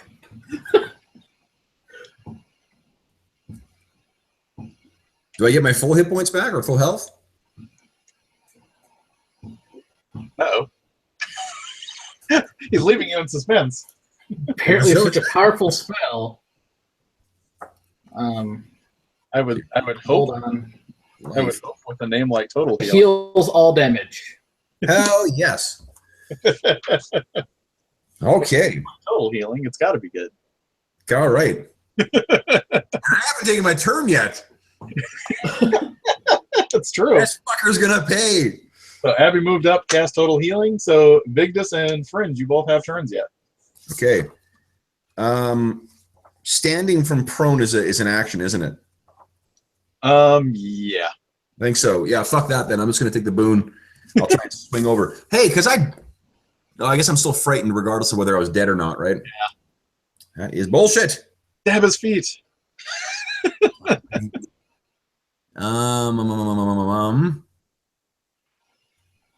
So, fuck it. Let's see what happens. Oh, it was on 19, then it rolled to a 1. Fuck you, blue dice. Okay, so unfortunately, his dramatic return was somewhat undercut by missing terribly. So you attempt to pin his foot to the ground and stab into the floor. Yeah. Hold on. Sorry, my internet decided to do its whole Saturday morning cutout thing. It's okay. We figured out.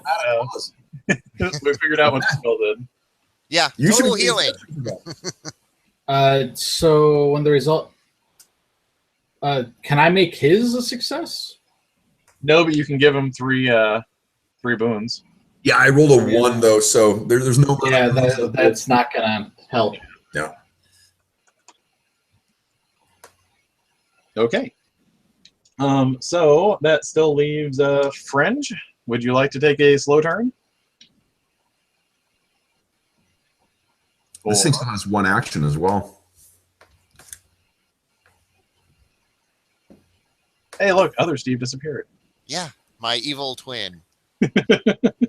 And given that my avatar is Richard from Looking for Group, that's saying something.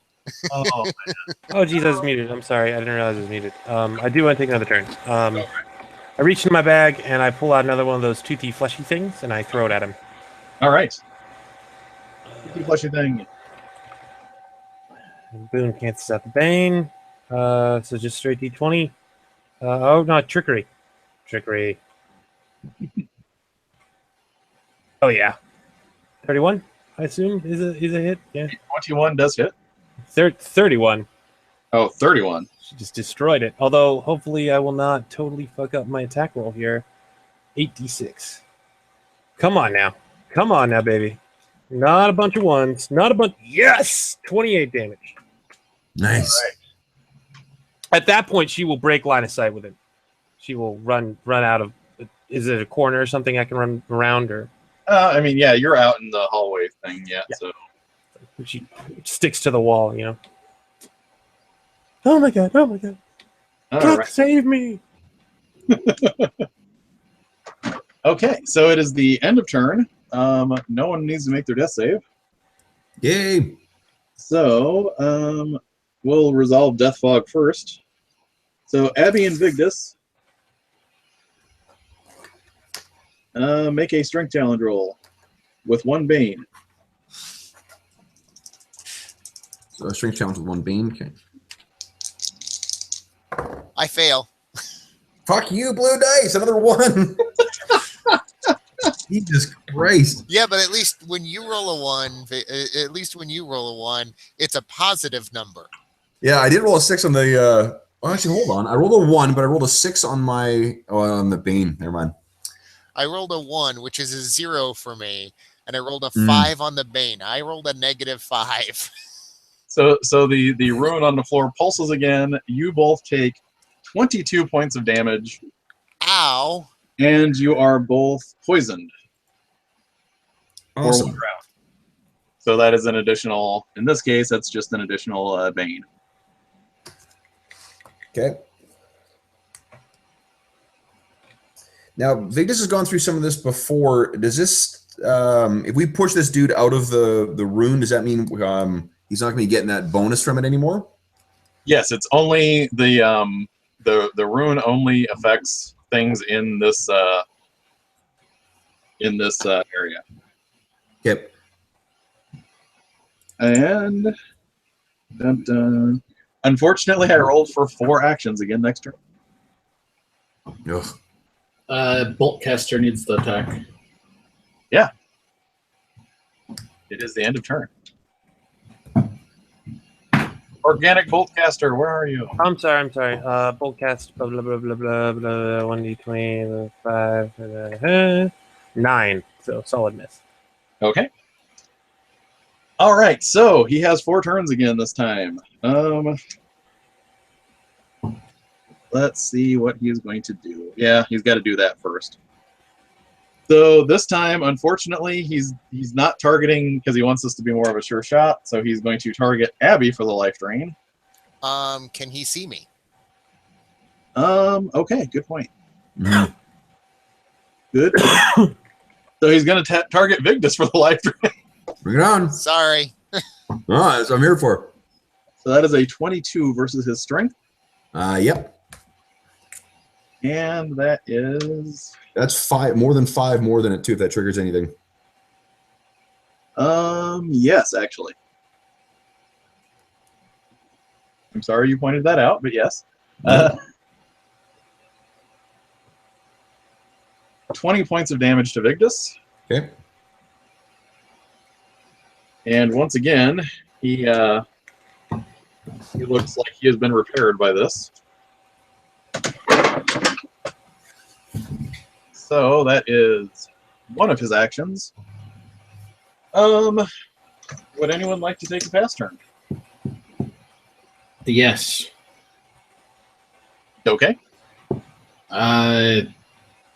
Widow's Cry is going to put a runed arrow through one of the runes, have his crows attack 2 other runes, and tell Ross to that he has found not only the architect of this place that is a blight upon the underworld, but also somebody who wrongfully slaughtered immortal beings to become immortal himself, and to get his ass in here.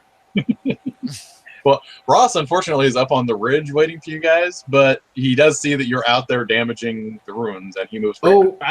Widow's Cry is being loud. Oh, no, he hears you. It's just he's not just sitting right That's outside. fine. He's just kind of there. So as you you notice almost immediately, as soon as you start messing with more than one of the runes, that it almost looks like the outside of this place has already started to weather. Like it was like pristine stone, and it's already starting to weather as soon as you do that to those stones. So, and also he can't go yet because he is an NPC character. But Ross, now that he is part of this, will probably be taking his action to start moving into this area. Okay, so that was Widow's Cry's turn. Who else would like to take a fast turn? Which there's only Abby that can do so.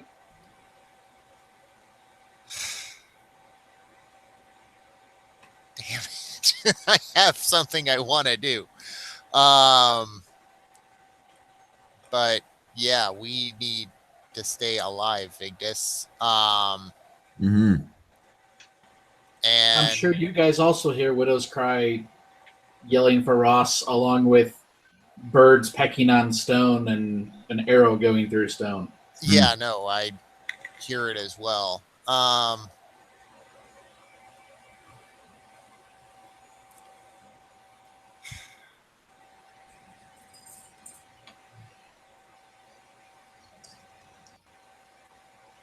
I am going to use a fast turn. Okay. I'm going to trigger Selfless Recovery, Okay. which means I target 2 creatures within short range. I'm within short range of me, Yes. and Vigdis is within short range of me. We're both going to heal damage with it equal to our healing rates, which is good because yeah, that guy hurts. And then I'm also going to cast Vitality Burst. And we're also going to heal our healing rate again. Wow. Because yeah, if that guy hit me with another one of those things, that would kill me. Outright. So yeah, that's me trying to keep us alive here, Vigdis. Nice. Thank you. You're welcome. If this guy would take fewer than 4 turns, I'd be going for the runes myself because I see Widow's Cry's plan, and I agree with Widow's Cry's plan. So Abby does that. The Lich is going to take his next action. Man, this is a terrible, nasty spell. So he is going to again target Vigdis because that's the only person he can see that's right here. Yep. And what is Vigdis's will? 11. All right, so a 13 hits your will. Yep. He casts Fuse, which is a teleportation attack. We like that thing from Galaxy Quest now? Yeah, you disappear from where you're at. You reappear in the same area, but your arm is stuck in the wall. Ow. So, which arm? My sword arm or my shield arm? I'm thinking left He's arm. right. Left arm, so my shield arm. Yeah. So, first damage. The damage you take from this attack. Oh boy. I'm sorry I couldn't heal more, Vigdis. It's okay. 32 points of damage. Okay. Now, the other part of Fuse is that you either have to destroy the object, which your arm, so you have to break open a hole in the wall to get your arm out, or the you walls, can cut the your walls arm. are falling apart anyway, though, right? It will be soon enough. Not in the inner sanctum. Oh, okay. I can give you a new arm. Don't worry about it. Yeah. So yes, currently you are stuck in this wall and immobilized until you break off enough of this wall to get your arm out. Okay. I like how Jared's no longer interested in cutting off the arm. Okay, now I'm mad. So that's 2 of his turns, and nobody else can take a fast turn, correct? Yep. Because Widow's Cry is outside, wrecking the outside of it. Okay.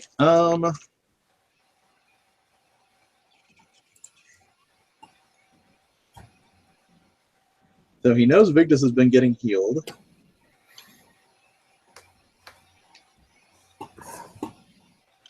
Okay.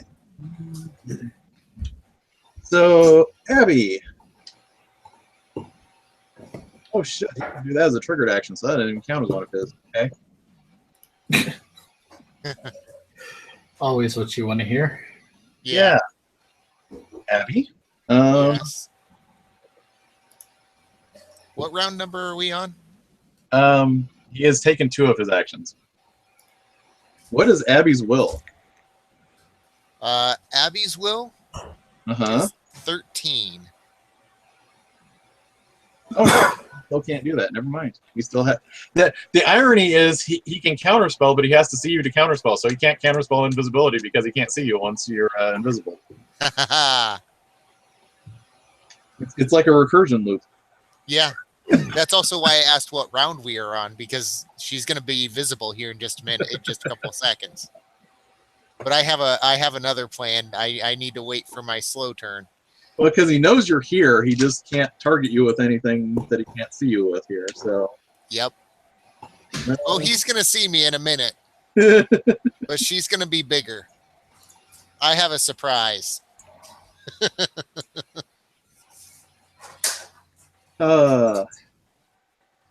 Oh, that would be that. I feel like I would be a terrible person if I do this, but he does need to get people dead around him Mm-hmm.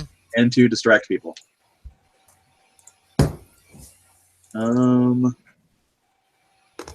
So yeah, I'm just trying to keep track of how many of these I've used. Yeah, I think he's gonna do that. Kevin, I am really sorry that this is falling on you, but you're in the area. So, he is going to cast Division on you. Yep. That is a 17 to hit. My armor? No, your strength. My strength, yes, that hits. Okay, so that is.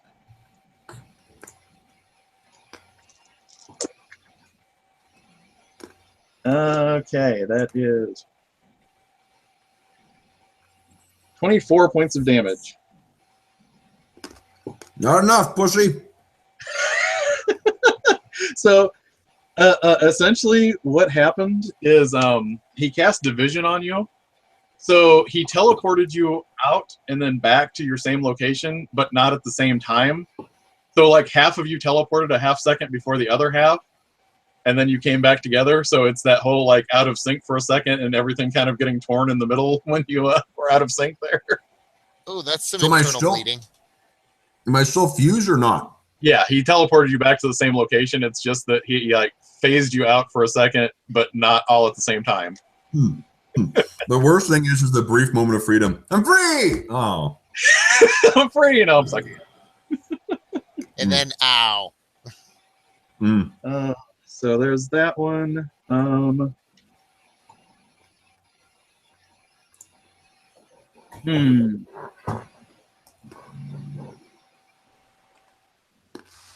Yeah, and I think he might touch himself now. Well, he doesn't want anybody else. That Just does touch himself. sort of seem appropriate at this point. I mean, So with his last action, he touches himself, and now there is a glowing rune on his forehead. Hmm. Okay. And that's all of his actions. So if anyone would like to take slow turns. Mm-hmm. I'm gonna use my catch my breath, so I'll gain some health back, and I'll start wailing on the wall, trying to get my arm free. Okay. How much damage do you do to the wall? Unfortunately, I can't claim it as my enemy because I've already claimed him. So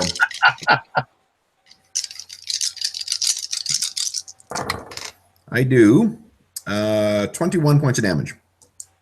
All right. Okay. You have damaged the wall, but you are not free yet. Hmm. But it has started to crack as you hammer into it. Alrighty. So let's see. That still leaves Fringe. Fringe will look at her sheet. Still hasn't managed to reload her guns. She'll hop on her Eidolon. How close is everybody to the guy? Melee, like right up on him? No, actually, the Vigdis and Abigail are at short range from him, but not engaged. So anyone within 5 yards? Mhm. Ah, But it is one area away, so you have to have a range of at least medium. I do. The Puputovs have medium range, but I don't want to Puputov them because I think they might dislike it. Oh, those? Yeah. If it's an area attack, it will hit every person in the area as long as there is a valid target left. So, like, if it can hit 5 people, it will hit 5 targets if there are 5 targets. That's what I'm saying. I think they'll get mad if I do that. Yeah, just a bit. Yeah. I already spent my second. I haven't actually spent the proper third one. I guess this is a big fight, huh? All right. Okay. I will pull out another toothy fleshy ball. Okay. And toss that at him. All right. Oh, 18 against his something in the strength. 18 against his strength. 18 against the strength hits. Yes. Only 66 damage though. Sorry guys. I rolled poorly. For the same amount of damage as the attack roll. 18. All right. Nice. Also, he's not incapacitated, is he? Okay. He is not. Okay. So there is that going on. That was Fringe. Oh, and well, yeah, that's not yet. Okay. So first, Ross moves. yes, is going to take his slow turn. So he moves down to the outside of the into your area, and he begins to kind of like kind of gestures for you to move to the side. As he's walking away, Vigdis is saying, "Hey, where are you going? We're not done." And the Reaper touches the outside of the building, and you start seeing like the cracks happening much faster. So like the outer portion of this is starting to crumble as Ross touches it. So that's what Ross did this turn. Next, that's all that. So end of turn. First, Vigdis and Abigail give me strength challenge rolls with 1 Bane. Hey, that's more like it. Success finally. 24. A 12. All right. I rolled a 19. -1, -6. All right, so that means you both only take 8 points of damage and are no longer poisoned. Nice. 8 points of damage. Yeah, 8 points of damage. How long does this fucking spell last? Up to a minute. Ugh. And how many rounds has it been at this point? Are we at round 8 or 9? But did No, this is round 4. my 4? Yeah. Yeah. Okay, toothy so that crossbow means fire? so this is round 9. Nine. Got it. I think next Because round. Abby becomes visible next round. Okay. Next round, Vigdis is going to attack. Next round, Vigdis is going to attack Rob Schwab. He's going to track him down. Oh man, that's funny. Okay, so at this point, let's see, he did that. So yeah, end of round, also bolter fire. Oh, no, I rolled a 7. I missed. Okay, and also end of round, Vigdis and Abby make a strength challenge roll. We just did that. Another one. This is for his sickening aura, not his spell. Oh, God. But no Bane on this one. 11. What All am I right. rolling for? He's What am I rolling for? a six. Another strength challenge roll because of the necromantic aura around him. Oh, God damn you, blue dice. Nope. So Vigdis, you take 6 more points of damage. Gotta do better than that. The Lich is not a. Oh, holy crap! I And think he just did better than that. 1, 2, 3, 4 actions next turn. Damn it. Okay. He really has to end you guys quickly because he sees the outer portion crumbling. So that means his inner sanctum is the only thing protecting him. So he's got to get rid of people.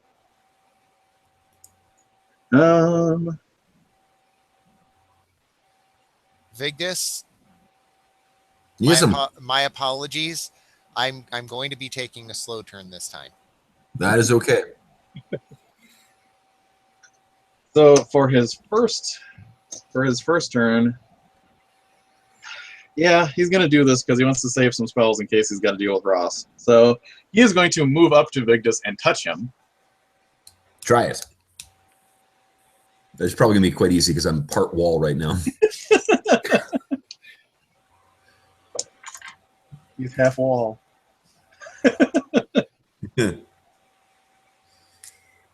Does a 28 hit you?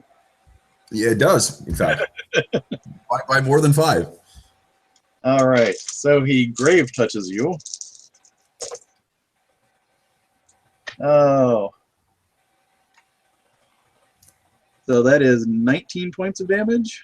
Yeah, well, I have 3 hit points left, so that's probably gonna be enough to kill, or at least incapacitate me. Trigger selfless recovery. Okay. So What does that do? you heal your healing rate again. She's keeping you alive so he can keep hitting you in the wall. Yeah, This is starting. that's my job. I'm starting to think this isn't kindness on Abby's part. Oh, Abby's got a surprise coming for the Lich. It's all those horror jokes I keep making. This is like in that one Superman Batman story where Batman had the mother box and just kept letting Darkseid break every bone in his body while it healed him, just to keep Darkseid busy. Okay. Yeah. So I'm not gone yet. Bring it on, Lich guy. Okay, so that was one of his actions. Would anyone like to take a fast turn? You. I have to take a slow this time. Okay. Well, Even actually- if I could, I wouldn't. On the inner sanctum, do I already know which bits have to be on the walls have to be taken out? Basically, if you destroy more than one, it starts destabilizing it. But I already know where they are. I don't need to find them. Right. Yeah, they're all in the arsenal. Excellent. So the birds are going for 2 of those, and I'm going to shoot one as my fast turn. Okay. And that, yeah, I'm going to say that's you just do that. You damage them. They're not that hardy, so you start wearing. Well, away. the one I shoot did take 6 or 5d6 worth of damage, so one of them's definitely gone. That rune is not a rune anymore. You could actually rewrite it to be a different rune with that shot. All right. So, on his next turn, then, yeah, it feels terribly uninspired, but he's just going to great touch Victus. Bring it on. All right, so in that case, that is 18, 19, 20, 21. That barely hits. Actually, technically, I'm part wall, so I don't have my shield, so that definitely hits. All right, so that is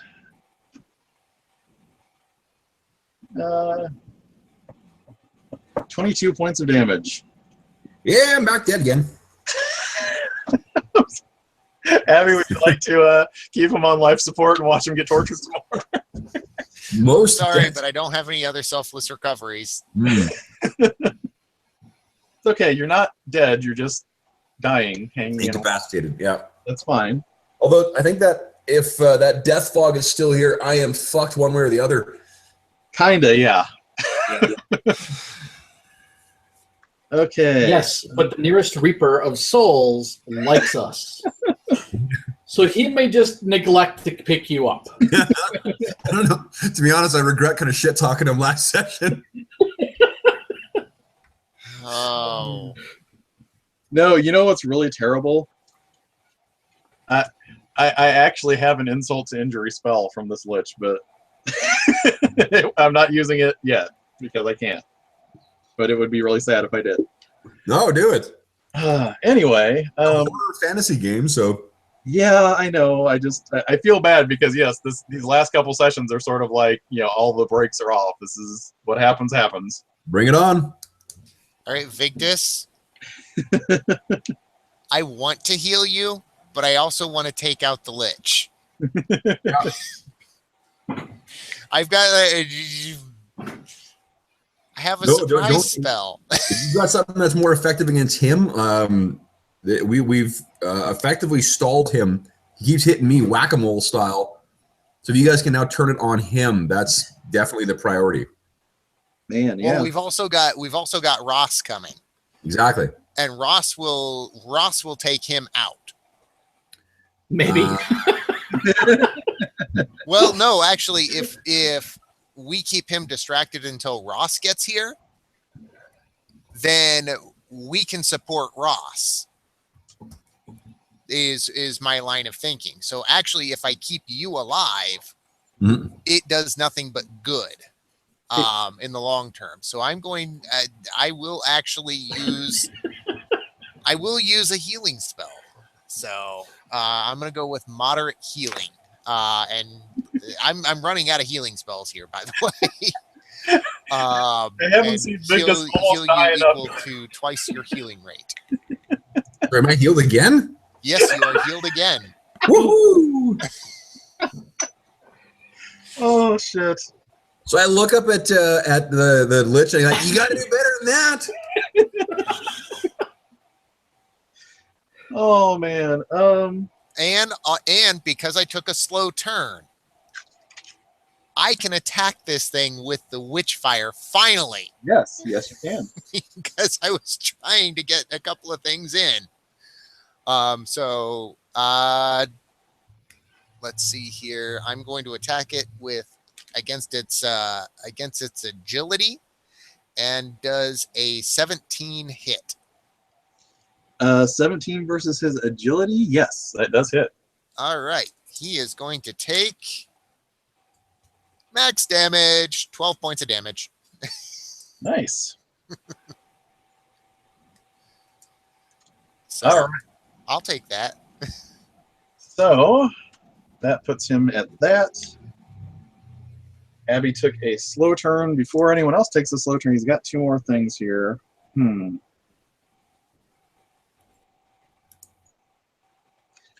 that's just not helping him because he's got to see you to do that. So that kind of sucks. Here comes Ross.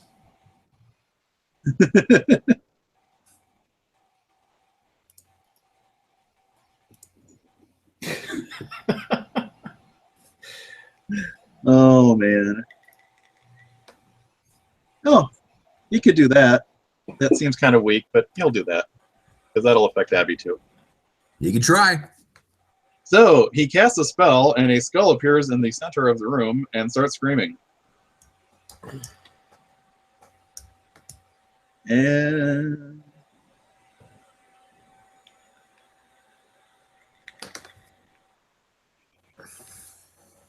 each creature in the area, which is just Abigail, make a strength challenge roll. I feel so bad for Vigdis this time. 25. You sort of died like 3 times now. I haven't sort of died. I've almost died 4 times now. Abigail, did you make your strength challenge roll?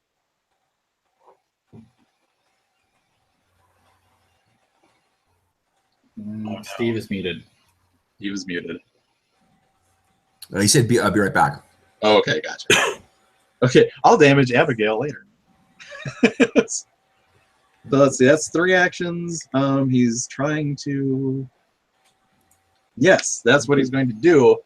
So here's where we get the weird thing going on, because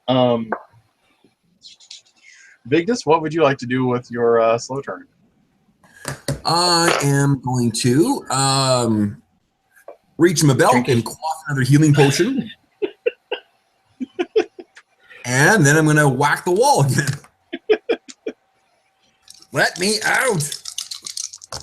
The wall 17 is also disintegrating because the runes are no longer in place, so that should help. Woohoo! How much damage?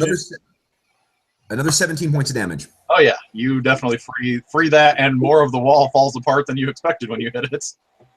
Awesome. So because of that, I get to trigger my... Wait, is the Lich in here with us now? Yeah. He's in the same area. Awesome.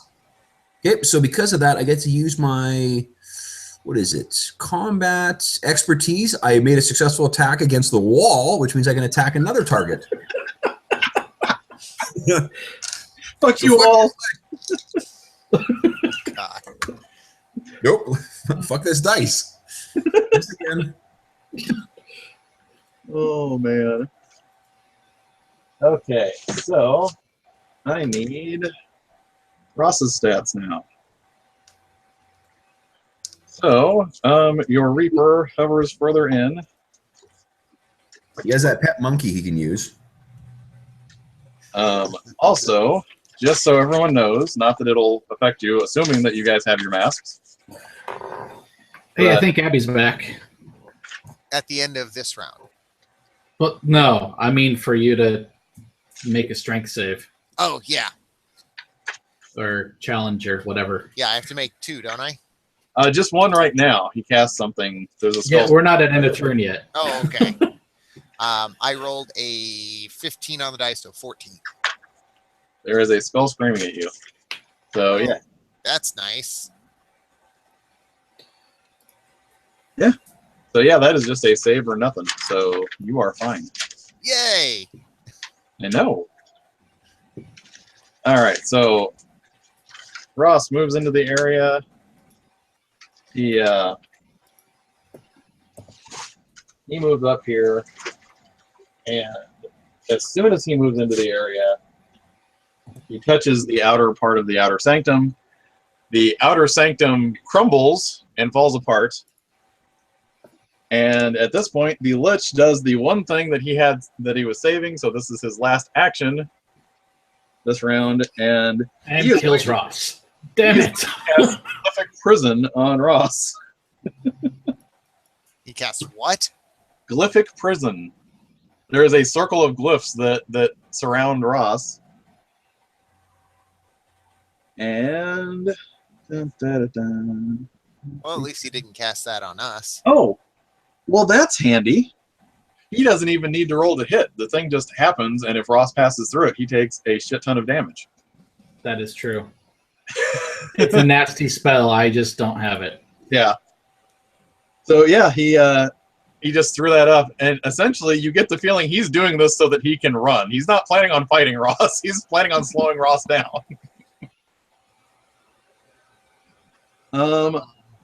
So I think at that point, he is also going to use his triggered action. And even though I have the area set up, but the areas don't matter because now it's like the rubble of the sanctum, the rubble of the hallway. but the Lich teleports into what was the hallway because he is going to slowly start teleporting further and further away until he can find some way out of here until Frost gets out of there. So that means the so that was his turn. Slow turns. That was his last turn. Ross disintegrated everything, so Ross is in there. So now I need to put a Reaper token over here. That the Death Fog isn't going to do anything to Ross. So now we're actually Fringe. Did you want to take your turn? Yeah, he's running away already, or is that next turn? He's in the same area as you. He's not running. He's like teleporting away. But yeah, he can okay. short range. So.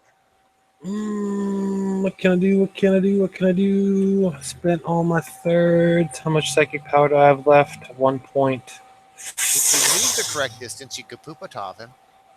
Yes. Sorry, I'm metagaming there. Well, the problem is if Fringe throws it at the Lich here, Fringe is a target.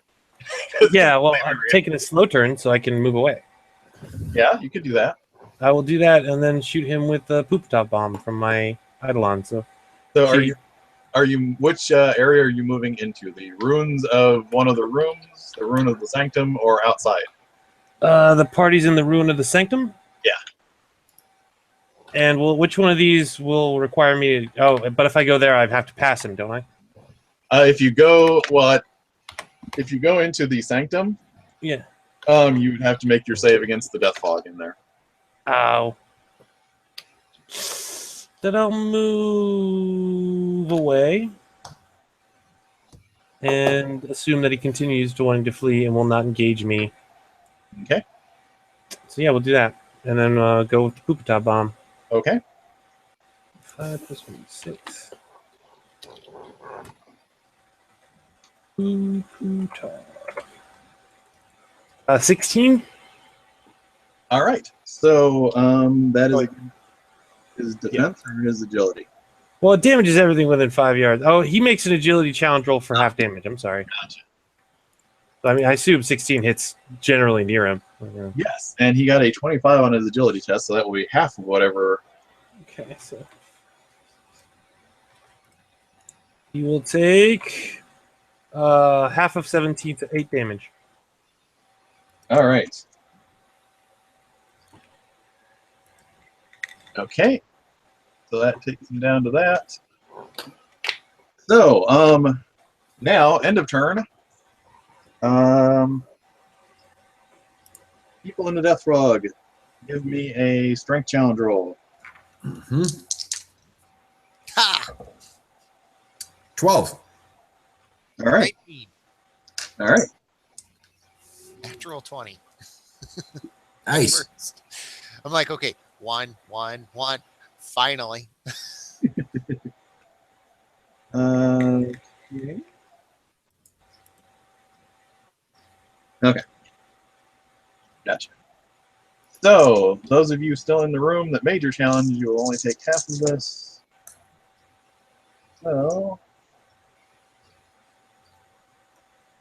So you only take 7 points of damage from that. Okay. Also, you notice as he's moving away, the fog affects you this turn, but it appears to be dissipating. Yay. Because fuck this shit. There's a Reaper in there. And now to see how many actions he gets next turn. I think line of the session is for sure that. Good shit. So his he only gets 3 actions next turn. Only.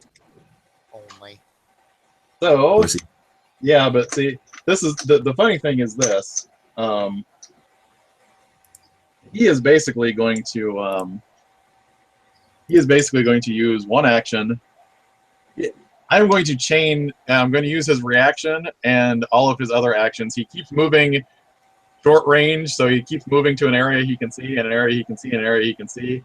He is basically running back for that portal because it's actually his group that established that portal you guys came through originally.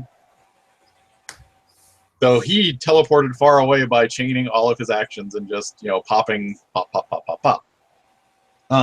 Effectively, at this point... Where is he now? He's 4 areas away from you guys, back towards that portal that you guys originally came in. Like the portal, so we came into this into the underworld. Into the underworld. Oh, okay. Yeah, his group was part of what established that portal in the first place, so he knows where it's at. Okay. So he is essentially making a run for it, hoping that he's slowed Ross down enough that he can get to the portal and get back to the moral realm. Okay. So I bet you we're going to have company when we leave. If we succeed in our quest, we're going to have company. So at this point, I'm going to see what happens to Ross, but I don't think this is going to do enough to blow Ross up. But we need to see. Glyphic Prison is 66. And then there's a ruin. Hey, Ross survives. Hey, Ross. So yeah, there is a huge blast of power as all of the ruins trigger and Ross moves through them.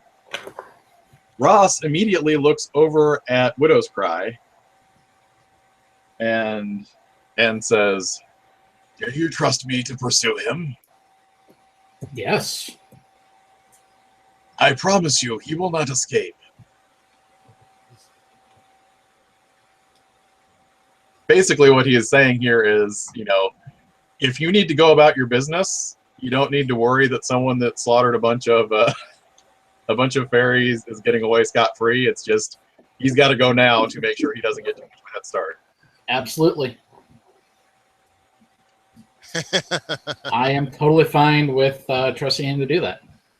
So he glides out of the building. His robes are a little bit more tattered than they were. Glides over the ruins of what used to be this pristine little hexagonal tomb that they built in here. And he's heading out there. You guys have the relics that you found, but everything else in the building is pretty much withered and destroyed. And There's nothing left in the sanctum. there is nothing left in the sanctum. However, now that all of the building and the stone and everything else is wearing away, the winds are blowing what's left of it out. It's turning to dust and crumbling. You guys are all standing here. And as you're standing here, over in the distance, you see a form that is just standing completely naked in the winds, letting the winds buffet it. And half of its flesh has been sheared off its body. And there's you see there are like unholy glyphs on the body, but it's getting torn away by the flesh. And you see this person just standing there in the winds, letting them scour away his flesh.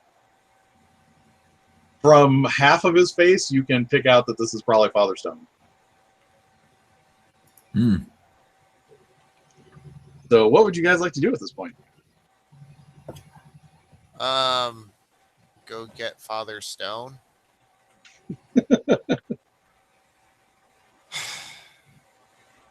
What is he doing? So if you walk close enough to him, what's left of his face is, "I know what my purpose is now. Everything is going to be perfectly fine. Thank you for bringing me here so I can have this clarity. Everything that isn't meant to be is going to burn away."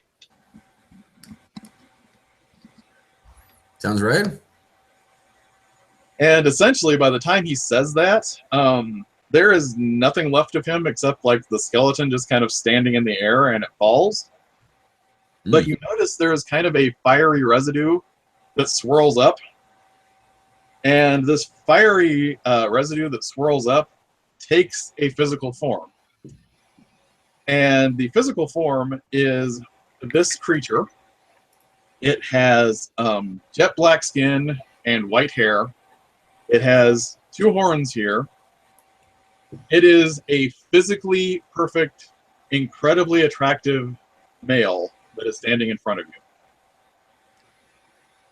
you. Well, hello there, sailor. Hello.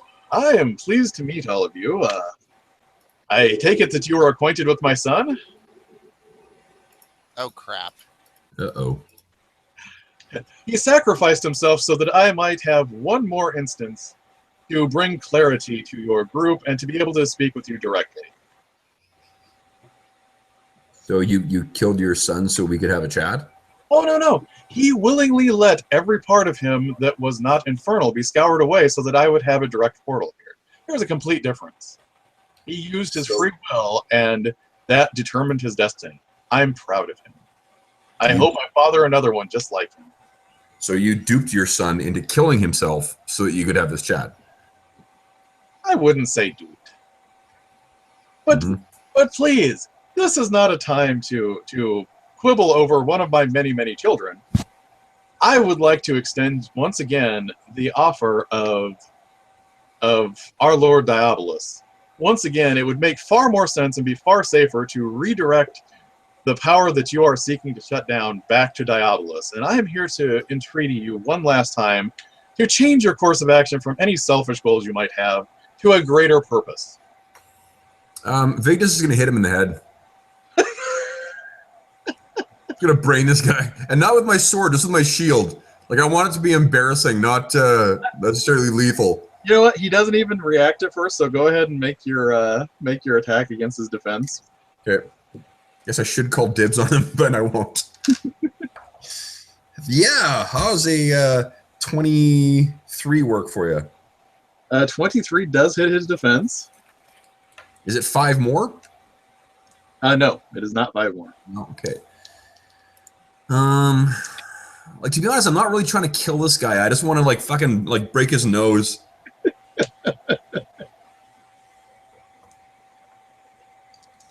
So let's see here. Yeah, like I don't really. It's really, like I said, I mean, it's just really more of an embarrassing thing to emphasize my point, not to really like do damage to him necessarily. If I can make some blood spurt, then I'm happy with that. Oh yeah, I mean, he's not really reacting other than to let you get your frustration out because, you know, he's a people guy.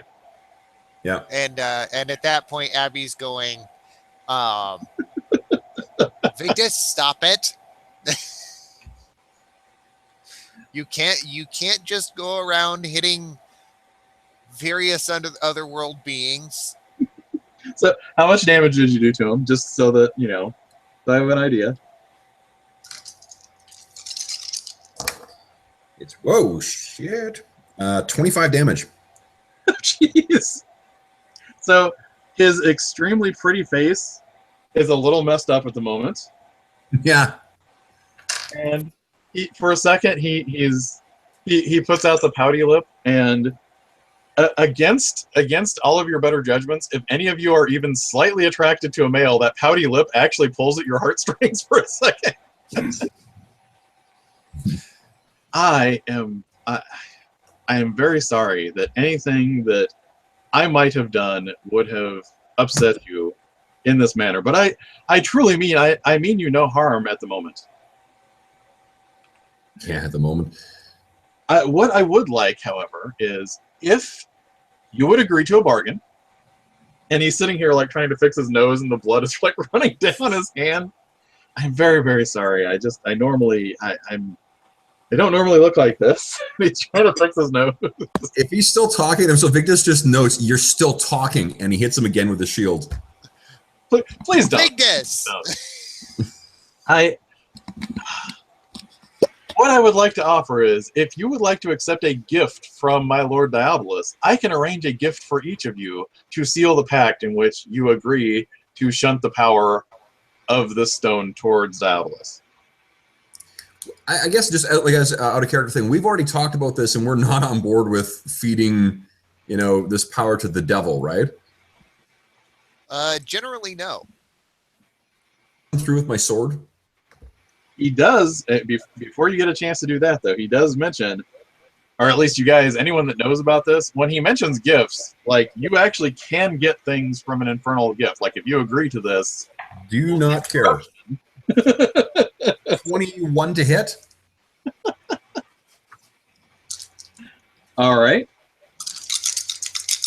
Does that hit? Yes, it does. Okay, so he takes 22 points of damage this time. All right.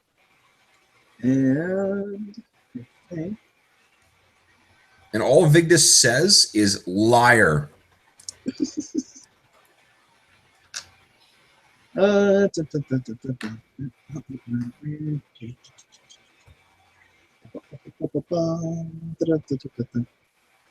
Okay, so you smack him again. He looks at all of you and he goes, "This is very, very disappointing that this situation ended like this. I'm not one that normally makes threats, but should you happen to save the world, all of your lives are absolutely forfeit now. I will haunt each and every one of you from this point forward, and you will never have a restful day ever again." They just narrows his eyes, looks down at this little pretty, less pretty now man, and just says very firmly, "Try it." But what's really sad is I'm assuming that Abby finds males attractive. Yeah. Yeah, Abby, you're just like horrified every time Vigdis is like. I mean, even if you don't agree with what this guy is saying, he's such a nice guy. You shouldn't be doing this sort of thing. And I'm sitting here, and every time I'm sitting here yelling at Vigdis, and I'm going. It's telling just how fed up he is that he's not listening to Abby. That is something I'm playing into his decisions here. Yes, this. All right, so and given the trauma of the Lich, or dead thing, or whatever the hell we just faced. Yeah. Yeah. Without Ross, we probably would have been dead. Oh yeah. Yeah. I mean. oh yeah, the Lich was only down to 63 health. Yeah. Yeah, I have one surprise spell, and I couldn't get it off because we didn't have enough to spread around for him to hit. I was actually kind of hoping that I was hoping someone would pick up on the whole like letting Ross in by destroying the glyphs thing, because otherwise I wasn't really sure that most of the party was going to survive that one. Yeah. So that was rough. Yeah. here's the problem. Each living creature within short range of this incubus immediately becomes impaired for 1 round at the end of round. In other words, there's no challenge roll. You're just impaired because you all start thinking of desire. On the next turn, you can spend an action to overcome this, but while you guys are all immediately thinking of things that you desire, he just walks away. So yeah, all of you have a moment where you're very, very focused on desirous things, almost like when Abby casts certain spells, and he just walks away. I'm very confused as to who this guy is. Father Stone's dad. Ah, okay. Sorry, No, yeah. That was Father Stone's father. He was fathered by that incubus, so he used his son as a portal here to make one last offer from Diabolus. Does that make him Grandfather Stone? I don't know if he went by Stone. I'm not really sure there. So, at this point, would you like to continue following your emotional map through the rest of the underworld?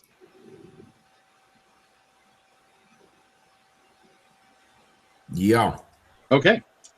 So the map has you following. Well, first of all, there's no sign of Cain, is there? Mm-mm. No, He'll catch up. it's almost like somebody might have had a clue as to where Cain went and what was going on with that, but they're gone. So Fuck that guy. I don't want it from that guy. There's such thing as a wrong victory, so fuck him. So at this point, you follow the feeling of the first time that you ever injured yourself badly and were worried about taking permanent harm from that.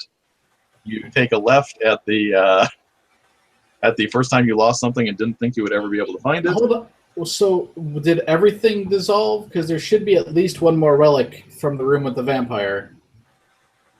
No, anything that you guys weren't holding Okay. is gone now. That was kind of that's the downside of the Ross option.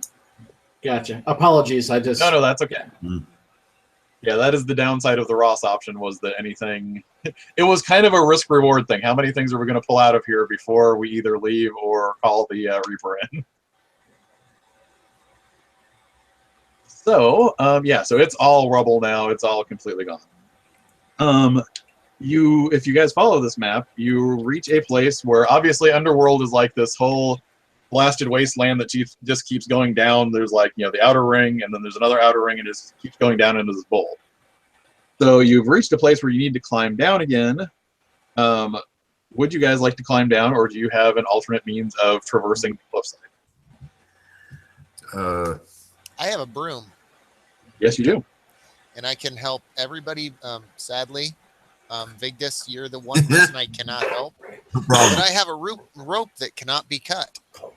Oh, So, I can at least help Vigdis down with the rope. Okay. Is Vegas hanging from the bottom of the broom then? Wow. No, sadly, size 2 creature. I cannot hold you. So basically, Will Abby can ferry everyone down except for Vigdis. Yeah, Okay. sacrifice. It finally comes into play. My Chekhov's bottle of glue finally comes into play in the third act. I just need to glue myself to the broom. Fringe reaches So into her Abby is back. going to sacrifice a casting of ecstasy Okay. to make her broom fly for an hour. Okay. And then That will be more than enough time to get everyone down there. Yep. And So- up and down, fly up and down is to get Fringe and Widow's Cry down. Well, Fringe is to take her eidolon with her, so Mhm. she'll reach into her artificer's bag and pull out what looks like a bunch of bones held together by flesh and ligament, and like affix it to the hut until it like looks like a weird spider monster, and then it'll use that as a climbing kit to get down. All right. So I would say normally, because there are two things, these are very jagged, sharp rocks, and additionally, the underworld actually has higher gravity than the real world because it's literally trying to grab and pull you down. So climbing down will be a strength challenge with 2 banes, but if you have something that is well suited to helping you climb, you will eliminate one of those banes. All right, hold on a moment. All right. Well, my rope, since it can't be cut, it should help Vigdis. Mhm. Mhm. Is there like maybe something in that artificer bag that I can affix to my feet to get some purchase on the wall? Anything from the item lists, basically. Okay. You could come up with some kind of climbing kit thing. Yeah, there's like I know there's a climber kit somewhere. I'm hoping there's something better. So yeah, No, I will say just for quickness's sake, you can come up with like suction cuppy things that are probably biological suction cuppy things that wrap around your feet. Of Well, I was course. thinking like what ice climbers use, the things that go in your boots, the little hook things. Crampons? Yeah, it's not crampons are the things you put into the wall, right? Yeah, I know what you're talking about, but Or- yeah. Those are Or on I don't know. solids. They call coming ice boots. from Fringe's bag, it's going to be something gross and biological. Those. Teeth. Yeah. They'll have teeth for you to hook in. So yeah, that will eliminate another bane. So Vigdis, you're just making a straight strength challenge to do this.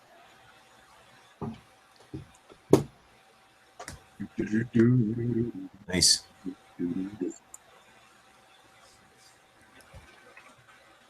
So, Vigdis, did you make it down? Yeah, Eidolon Hot makes it down. If I stand corrected, yeah, they are called crampons. Oh, there you go. 23. All right. So everyone makes it down the side. You feel like as you're climbing, it's almost like the cliff face. Like people that do this for a living might say, "Oh, the mountain tried to kill me." You get the feel the mountain literally is trying to kill you. It really wants these rocks to come loose. It wants you to fall down and break yourself to pieces. Vigdis does the mental math at the bottom and says, Vigdis 2, walls 0. You've defeated 2 walls this day. Exactly.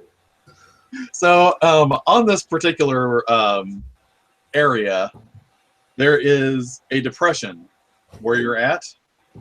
And if you look down into that depression, you see this just utter blackness with floating islands in it.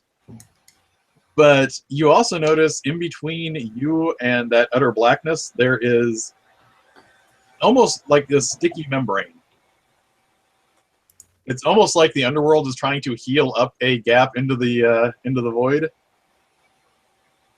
What would you guys like to do? We don't have a way to complete a rest here, do we? You can try and rest in the underworld.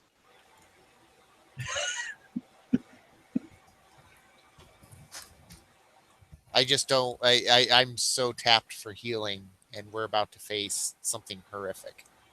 Well, you do know from your map of the void. The island that you come up on in the void is not the island with the troll on it. It's next to that. Now, how you get from one island to another, you can analyze once you get there, but you won't be on the final island immediately. Yeah. But what? Yeah, I'm worried about resting in the void too. Yeah, it's like here we know what the dangers are. Ross and company. That's what Can I make an occult roll and see whether what's probably the wiser or safer of the two options? Sure. Yeah, same kind of We're gonna thought. Yep, 13, 14. Okay. So, okay, the options here, if you rest in the underworld, it's definitely going to be dangerous because you can have souls that half forgot who they were that might wander upon you and attack you. Depends on, Ross, you reasoned your way out of Ross, but if another Reaper happens along, you'd at least have to justify yourself to him.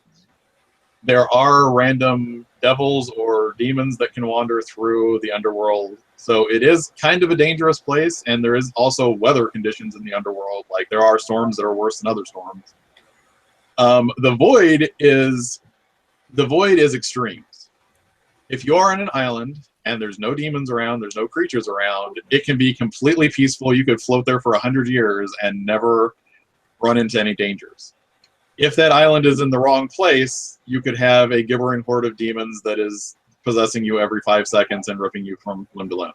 So it's sort of like you're more certain of danger in the underworld, but it's, I don't want to say manageable because it may not be, but it's within a known range. If you are in the void, you could have days, you could have weeks to relax, or you could run into one of the worst things that you have ever seen.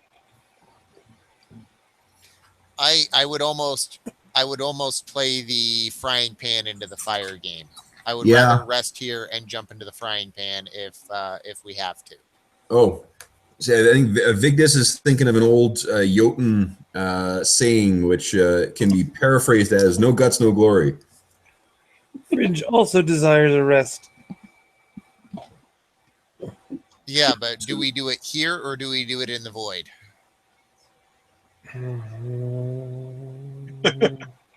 Ryan? And He pulls out a coin. Vigdis is back listening to Abby now, so he'll do whichever.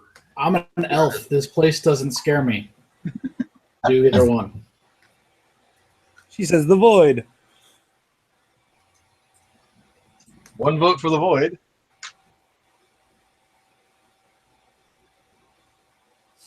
I don't want to fight a Reaper. Good Don't point. fear the Reaper. I'm not afraid of a Reaper. I don't want to face one. And Ross, while Widow's Cry faced Ross, and we were allowed to parlay with Ross, we no longer have a real bargaining chip. So the void it is. All right. So, what are you going to do with the membrane here? Poke it with a sharp object. You get the Dawn Spear. I've got a couple of spears actually. I've got the Dawn Spear and I've got that Magic Spear. So I've got a couple of fun magic weapons. Okay. So yeah, I'm gonna poke it with the Magic Spear. All right. Make me an attack roll, just because there may or may not be an effect if you get lower than a 0. Well, I can't hit lower than a 0. Oh, okay. I rolled a 17 minus 1 plus 2. So I rolled an 18 to hit. All right. How much damage do you do? And which spear are you using? I'm using the magic spear, the one that does the magic property. Okay, So not I'm gonna the Dawn spear. not the Dawn spear, Okay. just the magic one that does 1d6 damage, and then 3 times over the life of it, I can do an extra 1d6 damage. Gotcha. I'm just doing 1d6 damage. I don't want to do the magic property. Okay. And hey, 6 points of damage. Hey, All right. I like that die. when you cut this open with that spear, it's big enough for even Vigdis could slide through, but you'll have to touch the membrane. And if you look at the edges, the membrane is slowly knitting back together. Okay.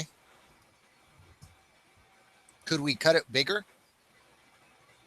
You could, but at least from how much damage this spear appears to be doing, it might heal up almost as much as you're cutting open. Got it. So quick, everybody, get in the creepy void, disgusting thing. Fringe, you should feel right at home. She like gets into her eidolon and nods. I take my home everywhere. Oh man! The only sensible thing to do in this world. Everyone that passes through, give me a strength challenge roll. Balls. You get through. That's not the problem. It's what happens when you touch the membrane. Yep. 18. 11. Nice. 13. Okay. 18. All right. So none of you are. There is a slight effect, disorienting effect from the membrane. It's kind of anesthetizes you. When you drop through the membrane, those of you, let's see, Widow's Cry and Vigdis and Abby, you are not nearly as disoriented by this. You have felt this complete wrongness and reality shifting underneath you before. Fringe, if you would give me a will challenge roll with 1 Bane.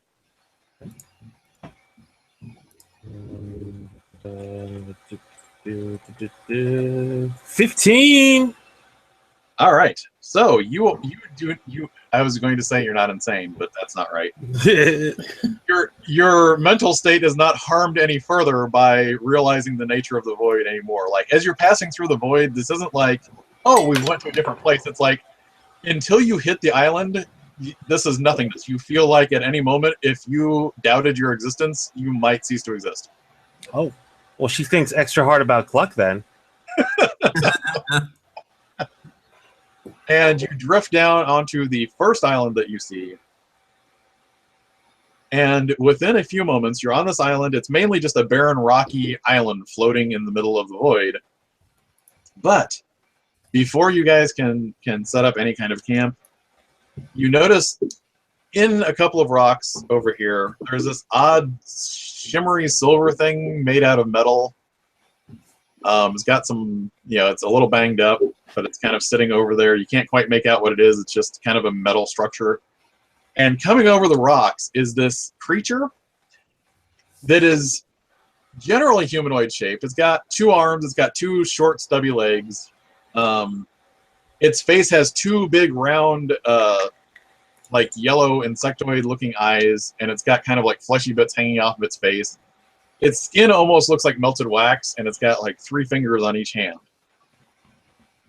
And it comes over the ridge, and it looks at all of you, and it goes, "Who are you?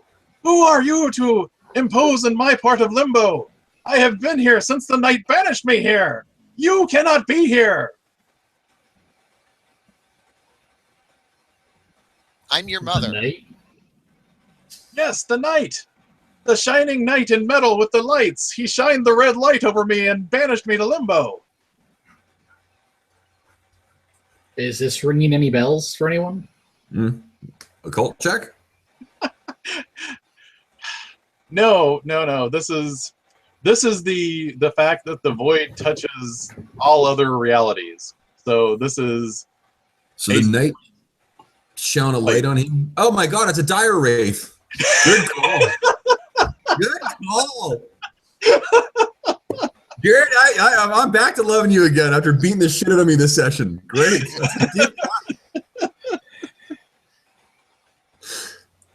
I have been alone here for so long. You must leave because I am waiting for my sisters to join me. Don't get close. Her tongue will take your form. She is sort of a changeling. Yeah. So are you going to attempt to assuage her fears? You know, there's this is a non sequitur, but there's you remember that, like, you guys are, I think, are all around my age too. But there's an X-Men comic where the Dire Wraiths make an appearance. Mm-hmm. Yeah, that gave me fucking nightmares as a kid. Love it. Yeah, so basically we're just travelers. We're not sticking around. Look, our quarrel's not with you. We want nothing to do with your space. If you let us rest for a short time, we will move on. We can give you news of our world, hell out of you, and give you something to think about while you wait. So make your social challenge roll against her will. And can I assist with that to give him a boon? Yes. So All you right. have 2 boons because you're an elf. And Yep, I am an elf. you're all talky. And I succeed I am all with talky. my assistance. So that would be an 18 plus my int, which is 3, so 21.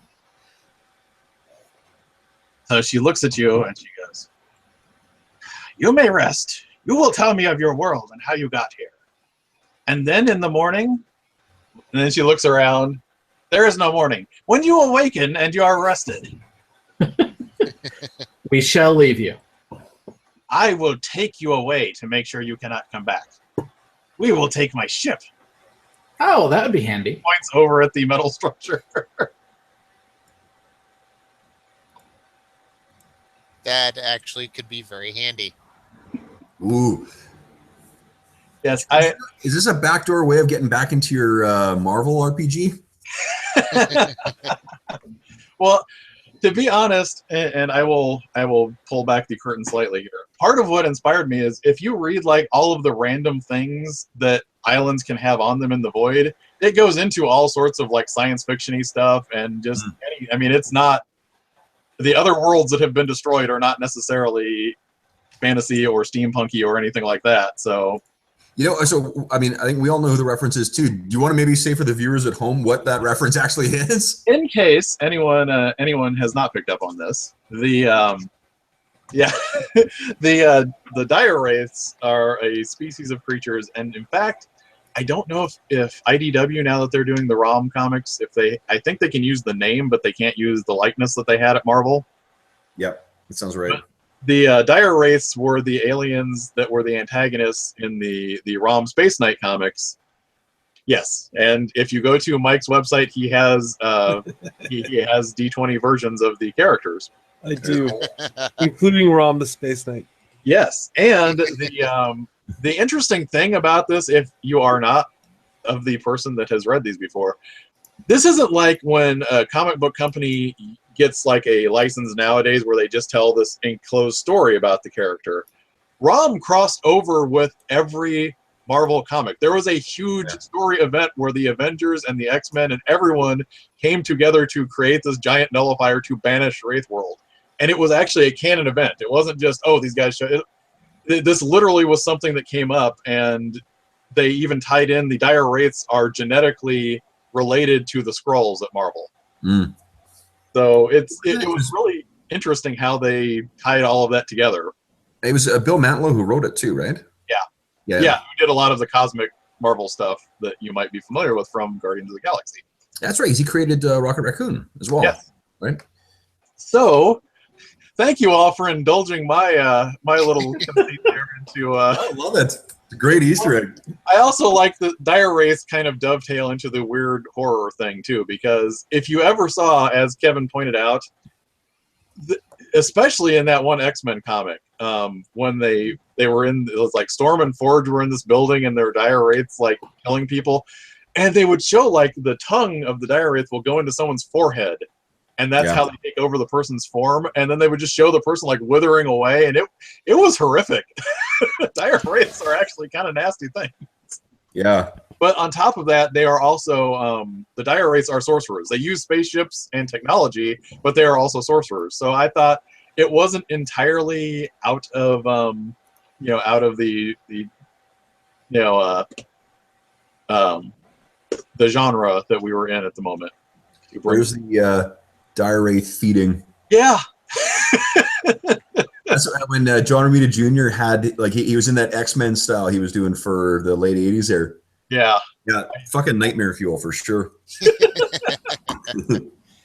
And also they spawned, there was actually an X-Men villain that kept showing up called Hybrid, who was half Dire Wraith. That was even like, I mean, he showed up in ROM too, but he showed up in a bunch of X-Men comics because it became kind of one of their. So it was kind of neat. Anyway, Easter egg, sorry about that. Sorry for the digression. You guys are in the void. You guys will have a chance to rest up. We will see where this goes next. We have only one session left, so either you save the universe or it's all over next session. Okay, and we're level 10 now as well, right? Yes, everyone will be level 10 for next session.